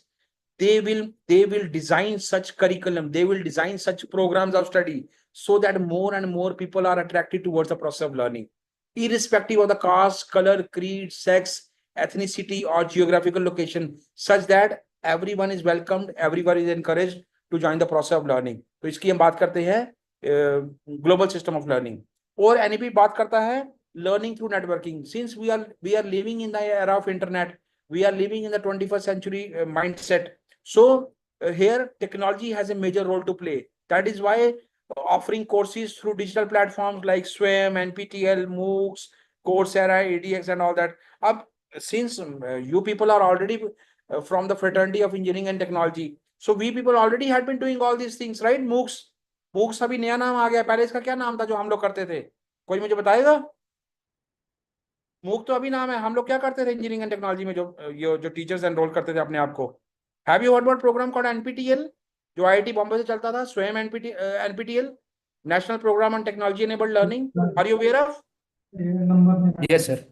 अरे मैंने तो 20 साल पहले किया यार, आपको तो मालूम होगा, मैंने तो 20 साल पहले किया था, मुझे याद है. And NPTEL used to launch such courses, right? They used to launch such courses, and many other institutes also. So we have been doing, but हाँ, एक नया सिस्टम ऑफ एजुकेशन आया है जो क्या है, जो है कि that is revamping the education spectrum in India. हाँ, अब मैं पूछूंगा, anyone from electrical engineering or mechanical engineering who can tell me what is the structure called? I am sure I will get the answer. Anyone from electrical engineering or mechanical engineering? Computer engineering also, I am sorry. Electrical engineering. Yes. Atomic structure, it look like atomic structure of No. Gaurav Pathak, you are from which discipline? mechanical, sir. Mechanical? Oh my God. It is not. Sir, it looks like neural network. Neural network आप बोल सकते हो. It is related to neural network, not exactly. Anyone from computer science? Computer वाले बिल्कुल सच बता देंगे क्योंकि उनको सब्जेक्ट पढ़ा होता है ये वाला. Anyone from computer engineering, computer science engineering? Hello. Yes. Sir, is it like critical path method CPM? No. Board CPM नहीं है. Graph theory. Yes, very nice. Graph theory. Very nice. This is something known as a graph or digraph or bigraph. Graph or digraph or bigraph. Directed graph or bipolar graph or simply graph. So it represents the graphical representation of the real life scenario. अब है क्या basically देखिए ये. Basically क्या है? These 1, 2, 3, 4, 5, 6 are the subject areas. कैसे? One is, let us say, mathematics or maybe statistics. 2 is, let us say, history or economics or political science or chemistry. 3 is, let us say, or maybe economics or sociology. 3 is, let us say, biotechnology or biochemistry or microbiology or maybe botany or zoology. 4 is, let us say, I would say agriculture or forestry. And 5 is, I would say, let us say, music or dance or maybe painting, music or dance or painting. And 6, let us say, is automobile engineering or 3D printing, or maybe welding technology, or maybe wireless sensor network, or maybe microprocessors, something like that, right? Huh? Means some technology enabled course. So once again, one is mathematics or statistics, two is political science or economics or sociology or philosophy, कोई भी course ले लीजिए. Three is microbiology or maybe botany or zoology or chemistry, कोई भी नाम ले लीजिए आप three का. And four is agriculture or forestry, and five is music or dance or maybe painting, and six is welding or automobile engineering or 3D printing or maybe wireless communication, or maybe you can say microprocessor, कुछ भी आप बोल लीजिए, right? Now the thing is, 1 is connected to 2, 2 is connected to 6, 3 is connected to 5, 4 is connected to 1, again 6 is connected to 3, 2 is connected to 5, and so on. It means everyone is connected to everyone. So what does this mean? What does it mean? What does it mean? It means anyone can do anything. Everyone can do everything.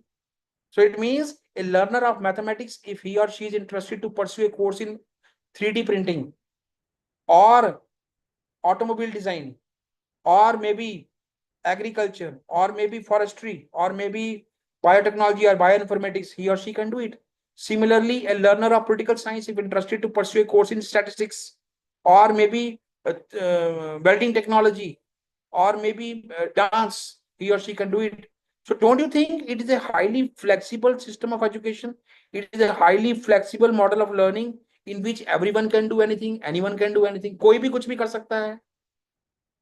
Do you agree, participant? Yes or no? Yes, sir.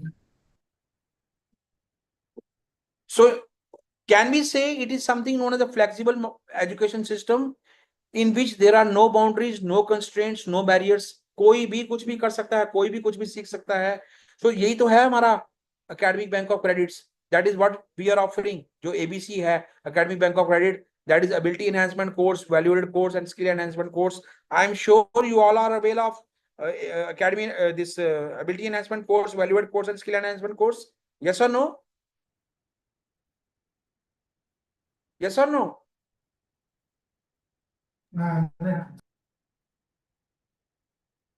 Yes, Dr. Harshal, or maybe Dr. Tushar, or maybe anyone else? Yes, sir. So, हाँ, तो इस तरीके का subject combination, तो जिसको हम क्या बोलते हैं, interdisciplinary, multidisciplinary, transdisciplinary. Now the thing is, who will ensure that you are able to provide all these things? It is the academicians, it is the academic leaders. इसीलिए जो मैंने आपको ये मॉडल बताया, यहाँ पे 6 डिसिप्लिन आपको बताए. There may be n number of disciplines, there may be hundreds of subject disciplines, and there may be so many number of probabilities and combinations of subjects, है ना? कोई भी कॉम्बिनेशन ऑफ सब्जेक्ट स्टूडेंट बना सकता है, क्योंकि उसको तो क्या बनाना है, अपनी एकेडमिक बैंक ऑफ क्रेडिट बनाना है. वो कोई भी कोर्स अपना उसमें ला सकता है. बट सवाल ये है कि क्या आप ये सब कुछ डिलीवर कर पा रहे हो कि नहीं कर पा रहे हो, डिलीवर कर पाओगे कि नहीं कर पाओगे, ये बहुत बड़ा क्वेश्चन है. हम इसको आगे डिस्कस करेंगे. Anyone who can tell me what are the disciplines which are still not under the ambit of NEP 2020? What are the disciplines which are still not under the ambit of NEP 2020? कौन कौन से courses हैं जो NEP 2020 के अंदर नहीं है अभी भी? Anyone? Anyone who can answer? No one? I am surprised. You are from engineering and technology and you are not able to answer. कौन कौन से कोर्सेज हैं जो अभी NEP 2020 के ऊपर जिसको लागू नहीं किया गया है? My voice is audible or not? No. Let me check my connection. Let me check my connection. Yes, sir, you are audible. Okay, I am audible. Okay, I am audible. If I am audible, then I think you should be in a position to answer at least that what are the courses which are still not under the ambit of NEP 2020? Just a minute, just a minute, just a minute. I'm just taking a pause.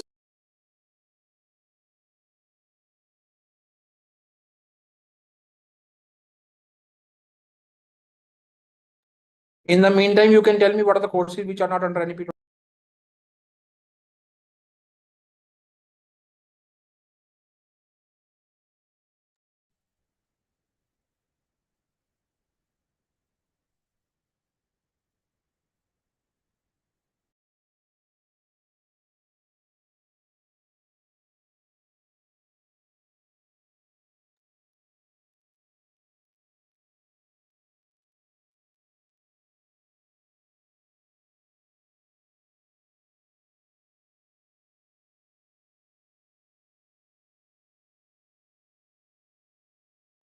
So what are the courses which are still not under the ambit of NEP 2020? कौन बताएगा? Okay, I don't know why you are not able to. One is faculty of medicine and one is faculty of law. तो law और medicine के ऊपर अभी NEP 2020 को implement नहीं किया. बाकी कोई भी course combination जो बच्चा या बच्ची है वो ले सकता है, वो ले सकती है. Now think of a scenario. Since I am saying it is a choice-based education system, I am saying it is a flexible education system. There are no boundaries, there are no constraints, there are no barriers. You think of a situation after maybe 15, 20 years, 15 years.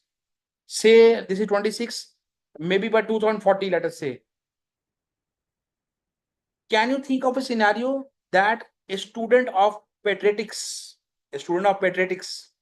or maybe a student of orthopedics, he or she is designing a musical instrument, or he or she is working in the area of 3D printing, or he or she is working in the area of automobile design or any product or gadget design.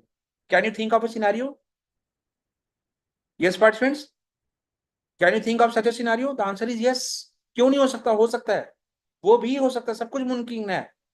अगर सरकार ने उसके ऊपर भी implement कर दिया, इसको medical को भी इसमें ले आया NEP 2020 में, तो हो सकता है कि ऐसा युग आ जाएगा, ऐसा जमाना आ जाएगा कि जो डॉक्टरी की पढ़ाई कर रहा है, पेडियाट्रिक्स और सर्जरी और मे बी ऑर्थोपेडिक्स या कोई भी न्यूरोलॉजी का एक्सपर्ट या किसी का भी एक्सपर्ट जो होगा, क्योंकि इंटरेस्ट बेस्ड एजुकेशन है, वो इसके ऊपर भी कोर्स कर सकता है.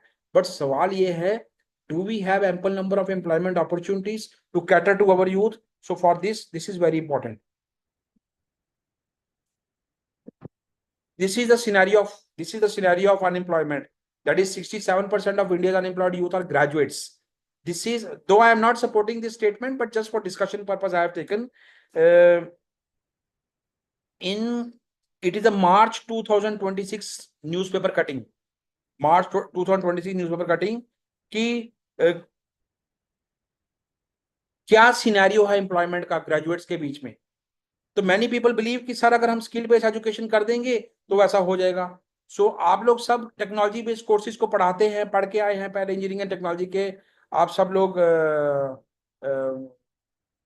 पार्टिसिपेंट हैं और पढ़ा भी रहे हैं.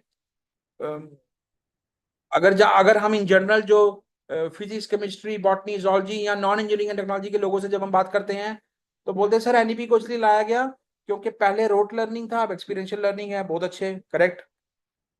कुछ लोग बोलते हैं सर पहले ना स्किल बेस्ड एजुकेशन नहीं था, सर पहले ना स्किल बेस्ड एजुकेशन नहीं था.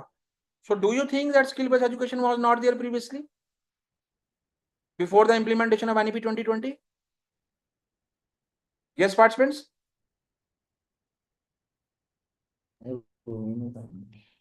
Was it? Yes, sir.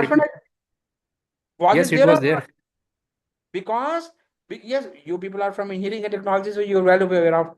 Because in general, if we talk about, had there been no skill-based education, there would have been no buildings, no bridges, no dams, no thermal power stations, or no electric transmission lines, or no physical infrastructure, or no railways, no transportation system, no automobiles, no healthcare, or any form of infrastructure that we see today.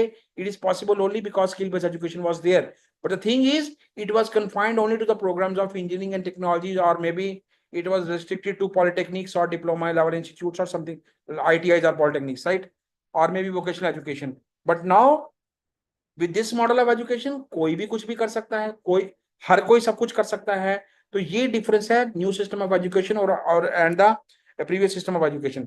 But सवाल ये है, इसको कौन सुनिश्चित करेगा, इसको लागू करना, इसके इम्प्लीमेंटेशन चैलेंजेस क्या क्या है, वो हम डिस्कस करेंगे इस फॉर्म में कि जो की ड्राइवर्स ऑफ एकेडमिक्स है. Resource availability I have talked about. Next is talented man force. Very very important.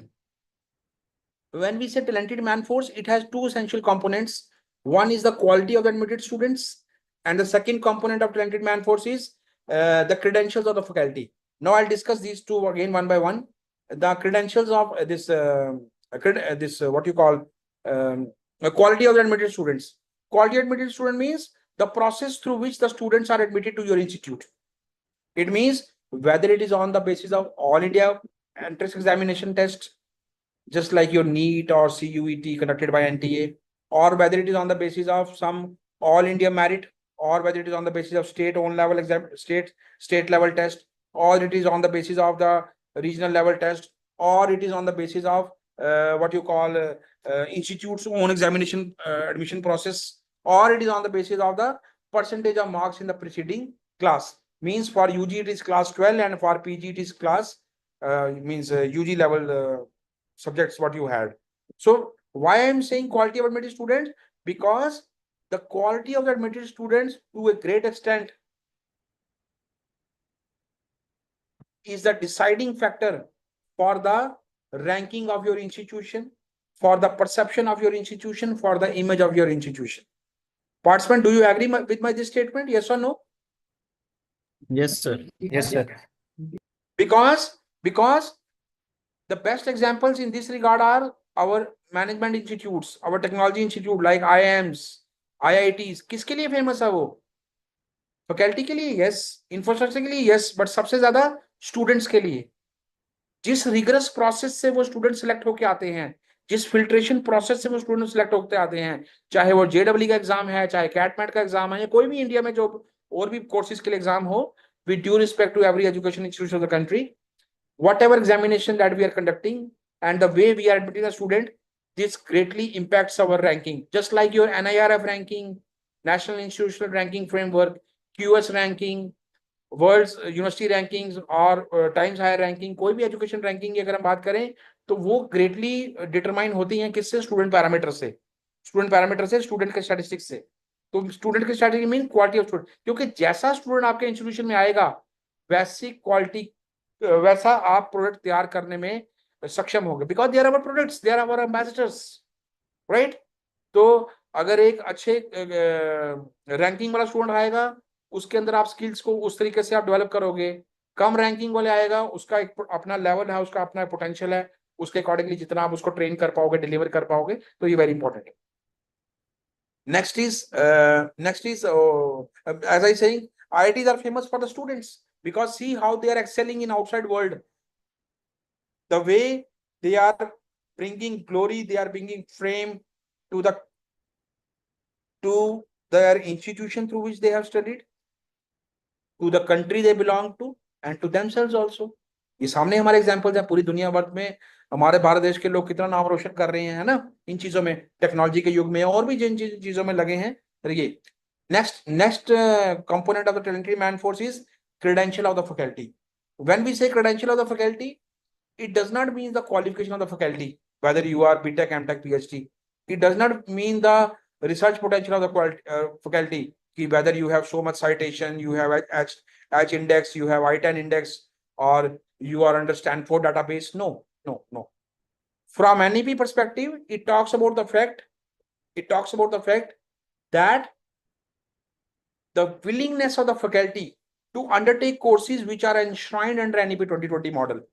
यानी कि स्टूडेंट तो कुछ भी सिलेक्ट करेगा under ABC, academic bank of credit में, कि course ABC XYZ 1 2 3, but whether the institutions are in a position, whether the institutions are in that state to deliver such courses as a part of their curriculum, because the expertise of the faculty may not be available. I am not talking about the big educational or eminent institutions of the country. I am talking about the general scenario of the country. So it includes your rural colleges also. It includes your semi-urban or semi-rural colleges also. तो हर तरह के वर्ग को हमें include करना है. इसलिए मैं एक generalized statement दे रहा हूँ that many institutions in the country, irrespective of the discipline, irrespective of the domain or the type of course they are floating, they are struggling to have the talented man force in terms of the faculty expertise. Do you agree with this statement, participants? Yes, participant, do you agree with this statement? ये problem आ रही है क्योंकि जो आजकल courses आ रहे हैं, बहुत सारे कोर्सेज ऐसे आ रहे हैं जो हमने सुने ही नहीं है नाम उनके, उनका कंटेंट भी अलग है, कोर्स भी अलग है, so they are altogether new. That is why NEP 2020 focuses on teacher training, number 1. But अब हमने कह दिया, स्टूडेंट तो बोल रहा है कि मुझे कोर्स लेना है क्योंकि मेरी एकेडमिक बैंक ऑफ क्रेडिट में मैंने ये कोर्स डिजाइन किए हैं. क्यों डिजाइन किए हैं? क्योंकि कॉलेज या यूनिवर्सिटी फ्लोट कर रहा है कोर्स, बट कॉलेज या यूनिवर्सिटी के पास टीचर तो है नहीं पढ़ाने के लिए वो वाला कोर्स. तो इसका क्या विकल्प है? कोई मुझे बताएगा क्या विकल्प है इसका? What can be the way out? What can be the way out? What can be the way out? From YouTube videos, we can learn and we can teach them the new things. नहीं, Or वो we तो can- फिर ऐसा ना कि teacher पढ़ रहा है वहां पे और पढ़ा रहा है, वो तो आप ऐसे रूटीन में भी कर सकते हो, वो रूटीन में भी कर सकते हो. So there is a provision in NEP 2020. No, not training. Training of teacher is there. Yes, NEP 2020 committee focuses on the fact that teacher training should be there. But student का time waste नहीं होना चाहिए because he has been admitted or she has been on your rolls. उसने आपका admission ले लिया है. So NEP 2020 advocates the concept of learning through online platforms like your MOOC courses, massive open online courses, your SWAYM and PTL, because the committee was well aware of the fact that whatever we are floating, whatever model we are presenting for the Indian society, our faculty may not be ready at the instant to teach such courses. तो इसलिए कुछ flexibility दे दी गई है, यानी कि 12 से 16 credits या 12 से 16 जो हमारे क्रेडिट्स हैं वो आप ऑनलाइन प्लेटफॉर्म से ले सकते हो. इसीलिए स्टूडेंट को हम फ्लेक्सिबिलिटी देते हैं. CTS, credit transfer scheme. Have you heard about credit transfer scheme? Any participant who has heard about credit transfer scheme? Yes or no? It means that a candidate who feels that some other course is being floated in some other institute with better research infrastructure, with better expertise of the faculty and other better resources, her training or his training will be better for that particular course in terms of the learning experience or the learning outcome. तो वो क्या करेगा?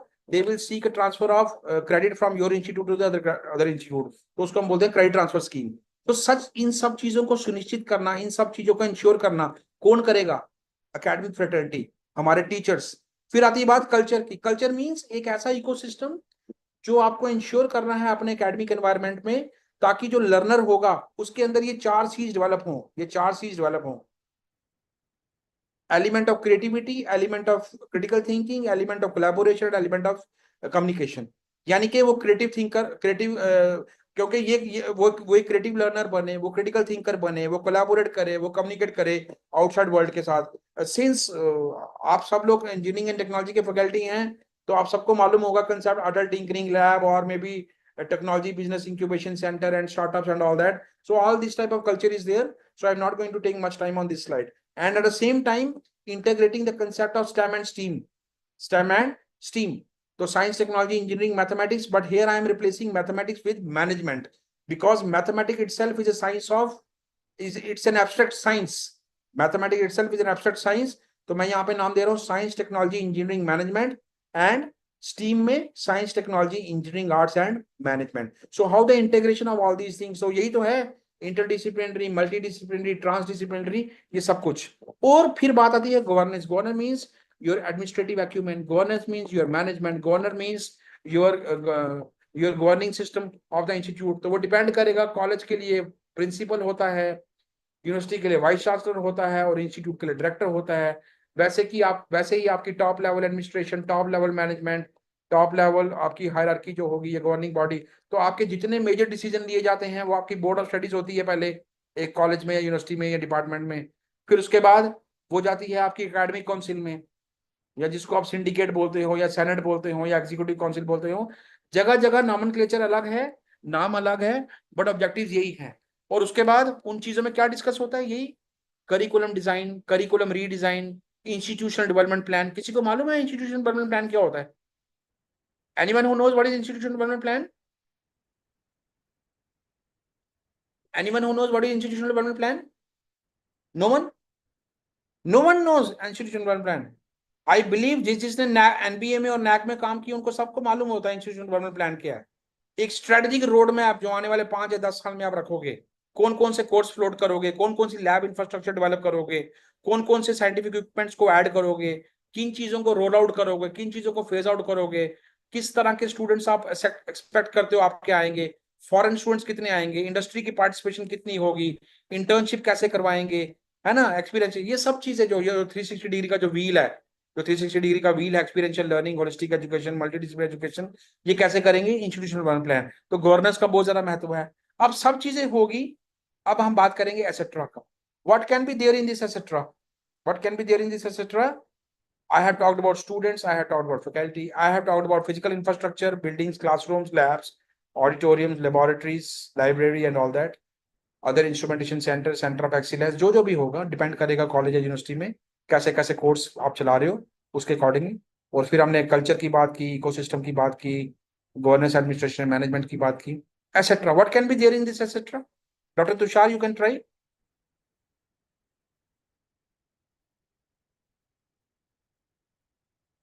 Can we say participation of civil society? Can we say participation of industry? Can we say participation of your non-teaching staff, participation of your support staff? Because these all are the elements which are essential in the development of an institute. और academic leaders को, academic governors को, academic managers को इन सब चीजों का ध्यान रखना पड़ता है। Promotion of faculty, appointment of faculty, autonomy आपको देना। academic leadership में क्या है? autonomy, ग्रेड ऑटोनॉमी का कंसेप्ट आपको मालूम है? Grade autonomy, academic autonomy, administrative autonomy और फाइनेंशियल ऑटोनॉमी, कि आप एडमिशन सही तरह से कर रहे हो कि नहीं कर रहे, एग्जामिनेशन सही तरह से कर रहे हो कि नहीं कर रहे, इवैल्यूएशन कर रहे हो कि नहीं कर रहे, रिजल्ट डिक्लेरेशन मैकेनिज्म क्या है, फैकल्टी की अपॉइंटमेंट कैसी होती है, फैकल्टी की प्रमोशन कैसे होती है, फैकल्टी को आप इंसेंटिवाइज कर रहे हो कि नहीं कर रहे हो, उनको उनको मोटिवेट कर रहे हो, उनको ट्रेनिंग प्रोग्राम के लिए भेज रहे हो, कॉन्फ्रेंसेस, सेमिनार, वर्कशॉप अटेंड करने के लिए उनको आप एनकरेज कर रहे हो हैं। अब एकेडमिक लीडर्स के पास तो इतने मुद्दे ही मुद्दे हैं, बट पहले मैं डिस्कस कर लूं एक चीज एसेट्रा में जो सबसे इंपॉर्टेंट थी, वो है appointment of professors of practice. NEP 2020 greatly focuses on the appointment of professor of practice. तो प्रोफेसर ऑफ प्रैक्टिस कौन होगा? वो एक ऐसा इंडिविजुअल होगा who is having such traits which probably none of your existing pool of resources में be having. यानी कि जितने भी आपके कॉलेज में, यूनिवर्सिटी में टीचर्स हैं, with due respect to the teachers because their role is confined, but academic, but जो प्रोफेसर ऑफ प्रैक्टिस होगा उसका रोल ऐसा होगा, वो सबसे हटके होगा। तो कैसे होगा? वो लोगों को सीधा स्किल सेट के साथ जोड़ेगा। उसका काम क्लास में पढ़ाना नहीं है, उसका काम सीधा क्या है? इंडस्ट्री के साथ कनेक्ट करना। उसका काम सीधा क्या है? इंटर्नशिप के ऊपर फोकस करना। उसका काम क्या है? प्लेसमेंट के ऊपर फोकस करना। बट प्लेसमेंट से भी पहले स्टूडेंट्स को एक लर्निंग एनवायरनमेंट देना, एक स्किल सेट डेवलप करना। तो इस तरीके के बहुत सारे एग्जांपल्स हैं। अभी लास्ट ईयर में एक इंडिविजुअल से मिला था, उनका नाम है Dhimat Vyas. I met him in Pune. So he has been appointed as a professor of practice for IIT Bombay, IIT Mumbai. अब IIT मुंबई तो भैया ऑलरेडी टेक्नोलॉजी का इंस्टीट्यूट है, तो वो क्या स्किल सेट देंगे? तो धीमत व्यास ऐसे व्यक्ति थे जिन्होंने तारे जमीन पर मूवी में, जो वो स्पेशली एबल्ड चाइल्ड होता है, जो अपने तरीके से चीजों को परसीव करता है, एक छोटा बच्चा ना, वो उसका जिसको डिसलेक्सिया होता है, शायद डिसलेक्सिया कोई होता है, कुछ डिसलेक्सिया, हाँ कुछ ऐसा ही था उसको सिंड्रोम। तो वो अपने वे में चीजों को परसीव करता है। तो धीमन व्यास ने उस स्पेशल कैरेक्टर के लिए फ्रेम्स बनाए थे। तो ऐसे स्किल सेट के लोग हमारे एकेडमिक एनवायरनमेंट में नहीं होते हैं। तो इसी तरीके से मुझे पता चला कि एक नॉर्थ ईस्टर्न कॉलेज या यूनिवर्सिटी में अभी कुछ जून के मंथ में उन्होंने एक IPS ऑफिसर, उनका नाम है mister Robin, you can search these names, उनका नाम है mister Robin. So he has been appointed as a professor of practice for some north eastern college और यूनिवर्सिटी। उसी तरीके से उत्तर प्रदेश में एक फिल्म इंडस्ट्री से कोई है, फिल्म एंड एंटरटेनमेंट इंडस्ट्री से, आई थिंक फ्रॉम टीवी और मे बी टेलीविजन इंडस्ट्री और मे बी मूवी मेकिंग, वहां से है। He has been appointed as a professor of practice. तो आपका ऑब्जेक्टिव ये है किस तरह के लोग आप अपने सिस्टम में लाना पड़ते हो। ये सारे डिसीजन कौन सुनिश्चित करता है? Academic leaders. फैकल्टी की ट्रेनिंग, फैकल्टी की प्रमोशन, नॉन टीचिंग की प्रमोशन, नॉन टीचिंग की ट्रेनिंग, गवर्नमेंट ऑफ इंडिया की डिफरेंट फंडिंग स्कीम्स या स्टेट गवर्नमेंट या जो भी आपकी लोकल रीजनल गवर्नमेंट्स होती हैं, उनकी funding schemes, targets, compliance reports, है ना, जितनी स्टैट्यूटरी गाइडलाइंस हैं, स्वच्छ भारत अभियान, हर घर तिरंगा, है ना, विकसित भारत, और भी वो स्वच्छता पखवाड़ा, फिर कॉन्स्टिट्यूशनल डे और डेज ऑफ नेशनल इंपॉर्टेंस, और भी जितना कुछ भारत सरकार की तरफ से स्कीम्स आती हैं, स्टार्टअप इकोसिस्टम को डेवलप करना, स्टार्टअप ग्रांट के लिए वो करना, प्रोजेक्ट्स के लिए इनकरेज करना, ये जितना प्रोसेस है ये सारा एकेडमिक लीडर्स करते हैं। So many things are there which are a part of this academic leadership, governance and management. उसके अलावा स्टाफ की प्रमोशन, फैकल्टी की promotion, recruitment, then autonomy, then administrative decisions, admission process, admission strategies, all these things, a number of things are there which are a part of your academic leadership and other things. So, do you know who were the members of NEP 2020 drafting committee? किसी को मालूम है कौन कौन थे लोग थे जिन्होंने ये डॉक्यूमेंट बनाया? Yes, participants, are you aware of? Yes, participant, are you aware of or not? You are not aware of? Okay, let me show you the slide quickly, and then we will have a small quiz or practice session. I don't know, this thing I have seen, especially in some institutes, the level of part. इसके पहले भी मैं एक session दे रहा था. The level of participation or engagement was so intense that really मेरा time इसलिए थोड़ा आगे निकल गया था, because we had a very healthy interaction. We had a very intense level of interaction. So that is very must. That is a must in any program. Okay, let me take the step.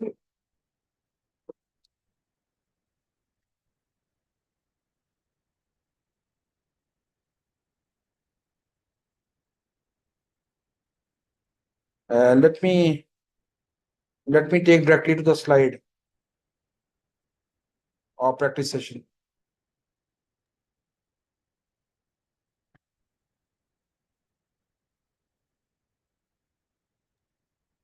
All the participants are requested to please take the active participation in the interaction, because friends, this is a sensitization and orientation program, and it will be expected from the policymakers as well as the organizer. All the participants must interact during the session and take the active participation in the interaction. Though my So I session will is request all the- though my session is almost about to end, but maybe for the subsequent sessions, I'll advise all the participants to please interact, right? Unless it will become otherwise it will become a one-way process, so which makes no meaning, right?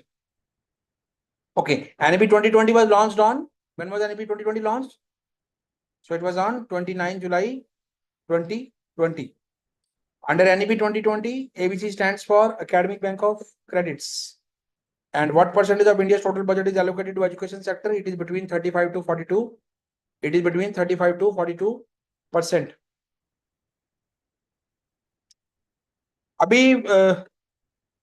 Okay, which are the following reforms included in NEP 2020? So it talks about equity and inclusiveness. Yes, equitable and inclusive education. It talks about universal access to all level. Yes. It talks about new curricular and pedagogical structure. Yes. So it talks about all of the above. NEP talks about all these, right? And the primary target of the government is to enroll every child to the school by the year 2030. By 2030, every child should be enrolled in the school. And what is the role of academic institutions? क्या होता है academic institution का role? They shape the intellectual landscape of society. They shape the intellectual landscape of society. And academic leaders are not accountable to, they are not accountable to whom? Academic leaders are not accountable to political party, but otherwise they are accountable to students, they are accountable to teachers, they are accountable to all stakeholders. क्योंकि जो decision हम making हम करते हैं, जो policy making हम बनाते हैं, academic leaders are accountable. And types of cultural diversity can lead to inclusive environment. And to have inclusive education, we will have to respect diversity. Okay, very interesting. The 10th one. Which mathematician was a member of NEP 2020 drafting committee? Who will answer? Which mathematician was a member of NEP 2020 drafting committee? So it was Professor Manjul Bhargav. Okay, participants, I'll do one thing. I'm just taking an exit because I have to end the session. There's others also, but since the level of interaction, participation is good, but interaction is very, very low, I would say. So I prefer to not to take more questions. So thank you very much for the patient hearing and some level of interaction by Mr. Tushar Gujarati, Mr. Harshal Khair and Harshal Rane, these three.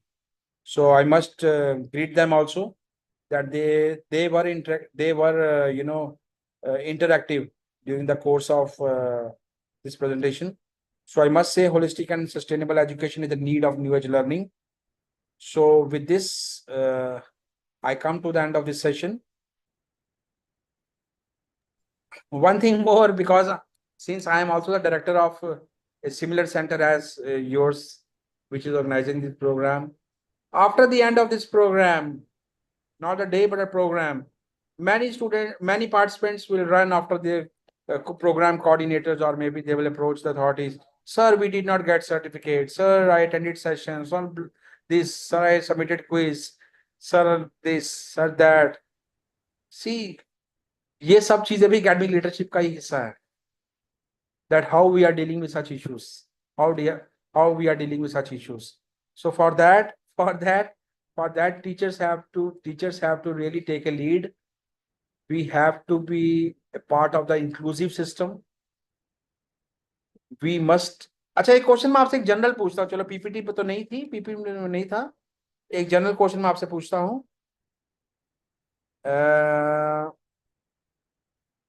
Who introduced the concept of examination? Who introduced the concept of examination? हम करते हैं ना, question paper set करते हैं, student अपना answer right करता है और फिर हम क्या करते हैं, उसको इवैल्यूएट करते हैं, रिजल्ट निकालते हैं, उसको मार्क्स या पॉइंटर या ग्रेड या आजकल वो क्या सीजीपी एसजीपी जो भी हो गया. ये किसने कंसेप्ट इंट्रोड्यूस किया था क्वेश्चन पेपर के थ्रू, जो स्टूडेंट पेपर राइट करेगा उसका? Who introduced the concept? Anyone who can answer? No one?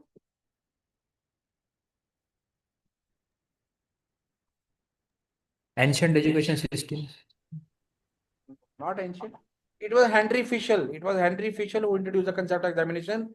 NEP 2020 also calls for reforms in education. So it becomes the duty of academicians. So it becomes the duty of academic leaders, administrators, governors, managers to design strategy. जैसे open book system है, तो open book system हम बात तो करते हैं. IIT Roorkee जो है, थॉमसन कॉलेज ऑफ इंजीनियरिंग जिसको बोलते थे पहले, आईआईटी रुड़की, उधर तो पहले भी था ओपन बुक सिस्टम. तो क्या भारत के हर कॉलेज में, हर यूनिवर्सिटी में ओपन बुक सिस्टम लागू किया जा सकता है? ये कुछ चीजें हैं जिसके ऊपर डेलिब्रेट करना है. But I could have discussed all these things provided the participants had taken some keen interest. But if you will simply become a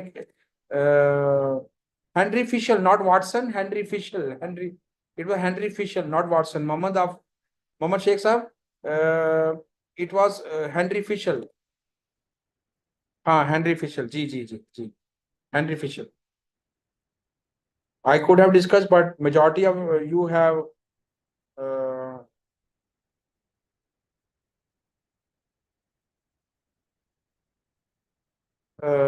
prefer to be in mute state. So these NEP and orientation and sensitization programs hold meaning only when you interact with the resource person. मैंने आपको क्यों NEP 2020 drafting committee के लोगों की slide दिखाई, ताकि आपको पता तो हो कि प्रोफेसर टीबी कथीमनी कौन है, प्रोफेसर मंजुल भार्गव कौन है, प्रोफेसर मजर आसिफ कौन है, प्रोफेसर वसुधा कामत कौन है, प्रोफेसर शकीला टी शमसू कौन है, प्रोफेसर रामाशंकर कुरील कौन है, प्रोफेसर लीना चंद्रन वाडिया कौन है. क्योंकि इन लोगों का बहुत योगदान है, बहुत बड़ी एक्सरसाइज इन्होंने करी है. आपको ऐसा लगता है पूरे देश का एजुकेशन सिस्टम को इन्होंने पूरा ओवरऑल करने के लिए वो किया है, प्रयास किया है. नॉन कन्वेंशनल कोर्सेज में भी टेक्नोलॉजी के कोर्सेज को इंट्रोड्यूस कर दिया. आप सोचिए, फिलॉसफी पढ़ने वाला बच्चा 3D प्रिंटिंग सीख रहा है, एडिटिव मैन्युफैक्चरिंग सीख रहा है, या वायरलेस कम्युनिकेशन नेटवर्क सीख रहा है, या बायो इन्फॉर्मेटिक्स सीख रहा है. आप सोचो ना कैसा सब्जेक्ट कॉम्बिनेशन है. एकेडमिक लीडर्स कैसे सुनिश्चित करेंगे, how they will. But anyways, I stop here and I put A stop to my words. So thank you very much. My best wishes to all the participants. The way the participants are silent, so it reminds me of my days, my college days in Maharashtra, जिसमें क्या करते थे हम. मुझे लग रहा है ये सेशन भी वैसा ही हो गया. We used to say कि जो हमारे मराठी फ्रेंड्स होते थे, वो बोलते थे मराठी में कि पेपर जब खत्म होता था बोलते थे पेपर कसा गेला, तो बोलते थे जसा आला तसा गेला. तो मुझे लग रहा है ये सेशन भी वैसा ही हो गया, जसा आला तसा गेला. Is it so? Is it यही बोलते हैं ना मराठी में? No, no, sir. No, sir. It was very nice session. नहीं, but the thing is people need to interact. We all are faculty members. Many things still I have left because I could see the participants are not. That is what I am saying. prior to this, that is why I joined at 3:33 or something like that, because prior to that I was having another session in some other university, but really the response was such that it was overwhelming. वो लोग मुझे छोड़ ही नहीं रहे थे, एक question और sir, एक क्वेश्चन और, इतने क्वेश्चन आ रहे थे वहां से. तो just if this is my general observation, you should try to interact with the resource person more and more, right? Anyways, thank you very much for the patient hearing, and my best wishes to all of you. Thank you, sir. Thank you so much. I can understand it is Saturday. I can understand it is 5 in the evening. Everyone has to go home. Many of you must be traveling. But still, if at least some of you keep on engaging, then it becomes a very vibrant session otherwise, right? But koi baat nahi, I can understand. No issues. Thank you very much. Thank you, sir. Thank you so much. The session was very informative, and really we get lot of things from your session. Although the interaction and the active engagement of the participant was deep concern, as you have already told. But definitely they get all the participant can get more information. मैंने आपको इसीलिए example दिया ना, paper कसा गेला पोते जैसा आला तसा गेला, है ना? यही बोलते हैं ना, पता नहीं आजकल क्या बोलते हैं. हमारे जमाने में 30 साल पहले तो यही बोलते थे, अभी भी ऐसे बोलते हैं. Things are changing. Anyways, thank you very much. It was nice interacting with you. Thank you so much. Hearing some of my viewpoints. Thank you so much. And with the kind consent of Professor, Thank you, sir. that this session will be over. Thank you so much, sir. Thank you, sir. So participants, we will stop now here and meet tomorrow.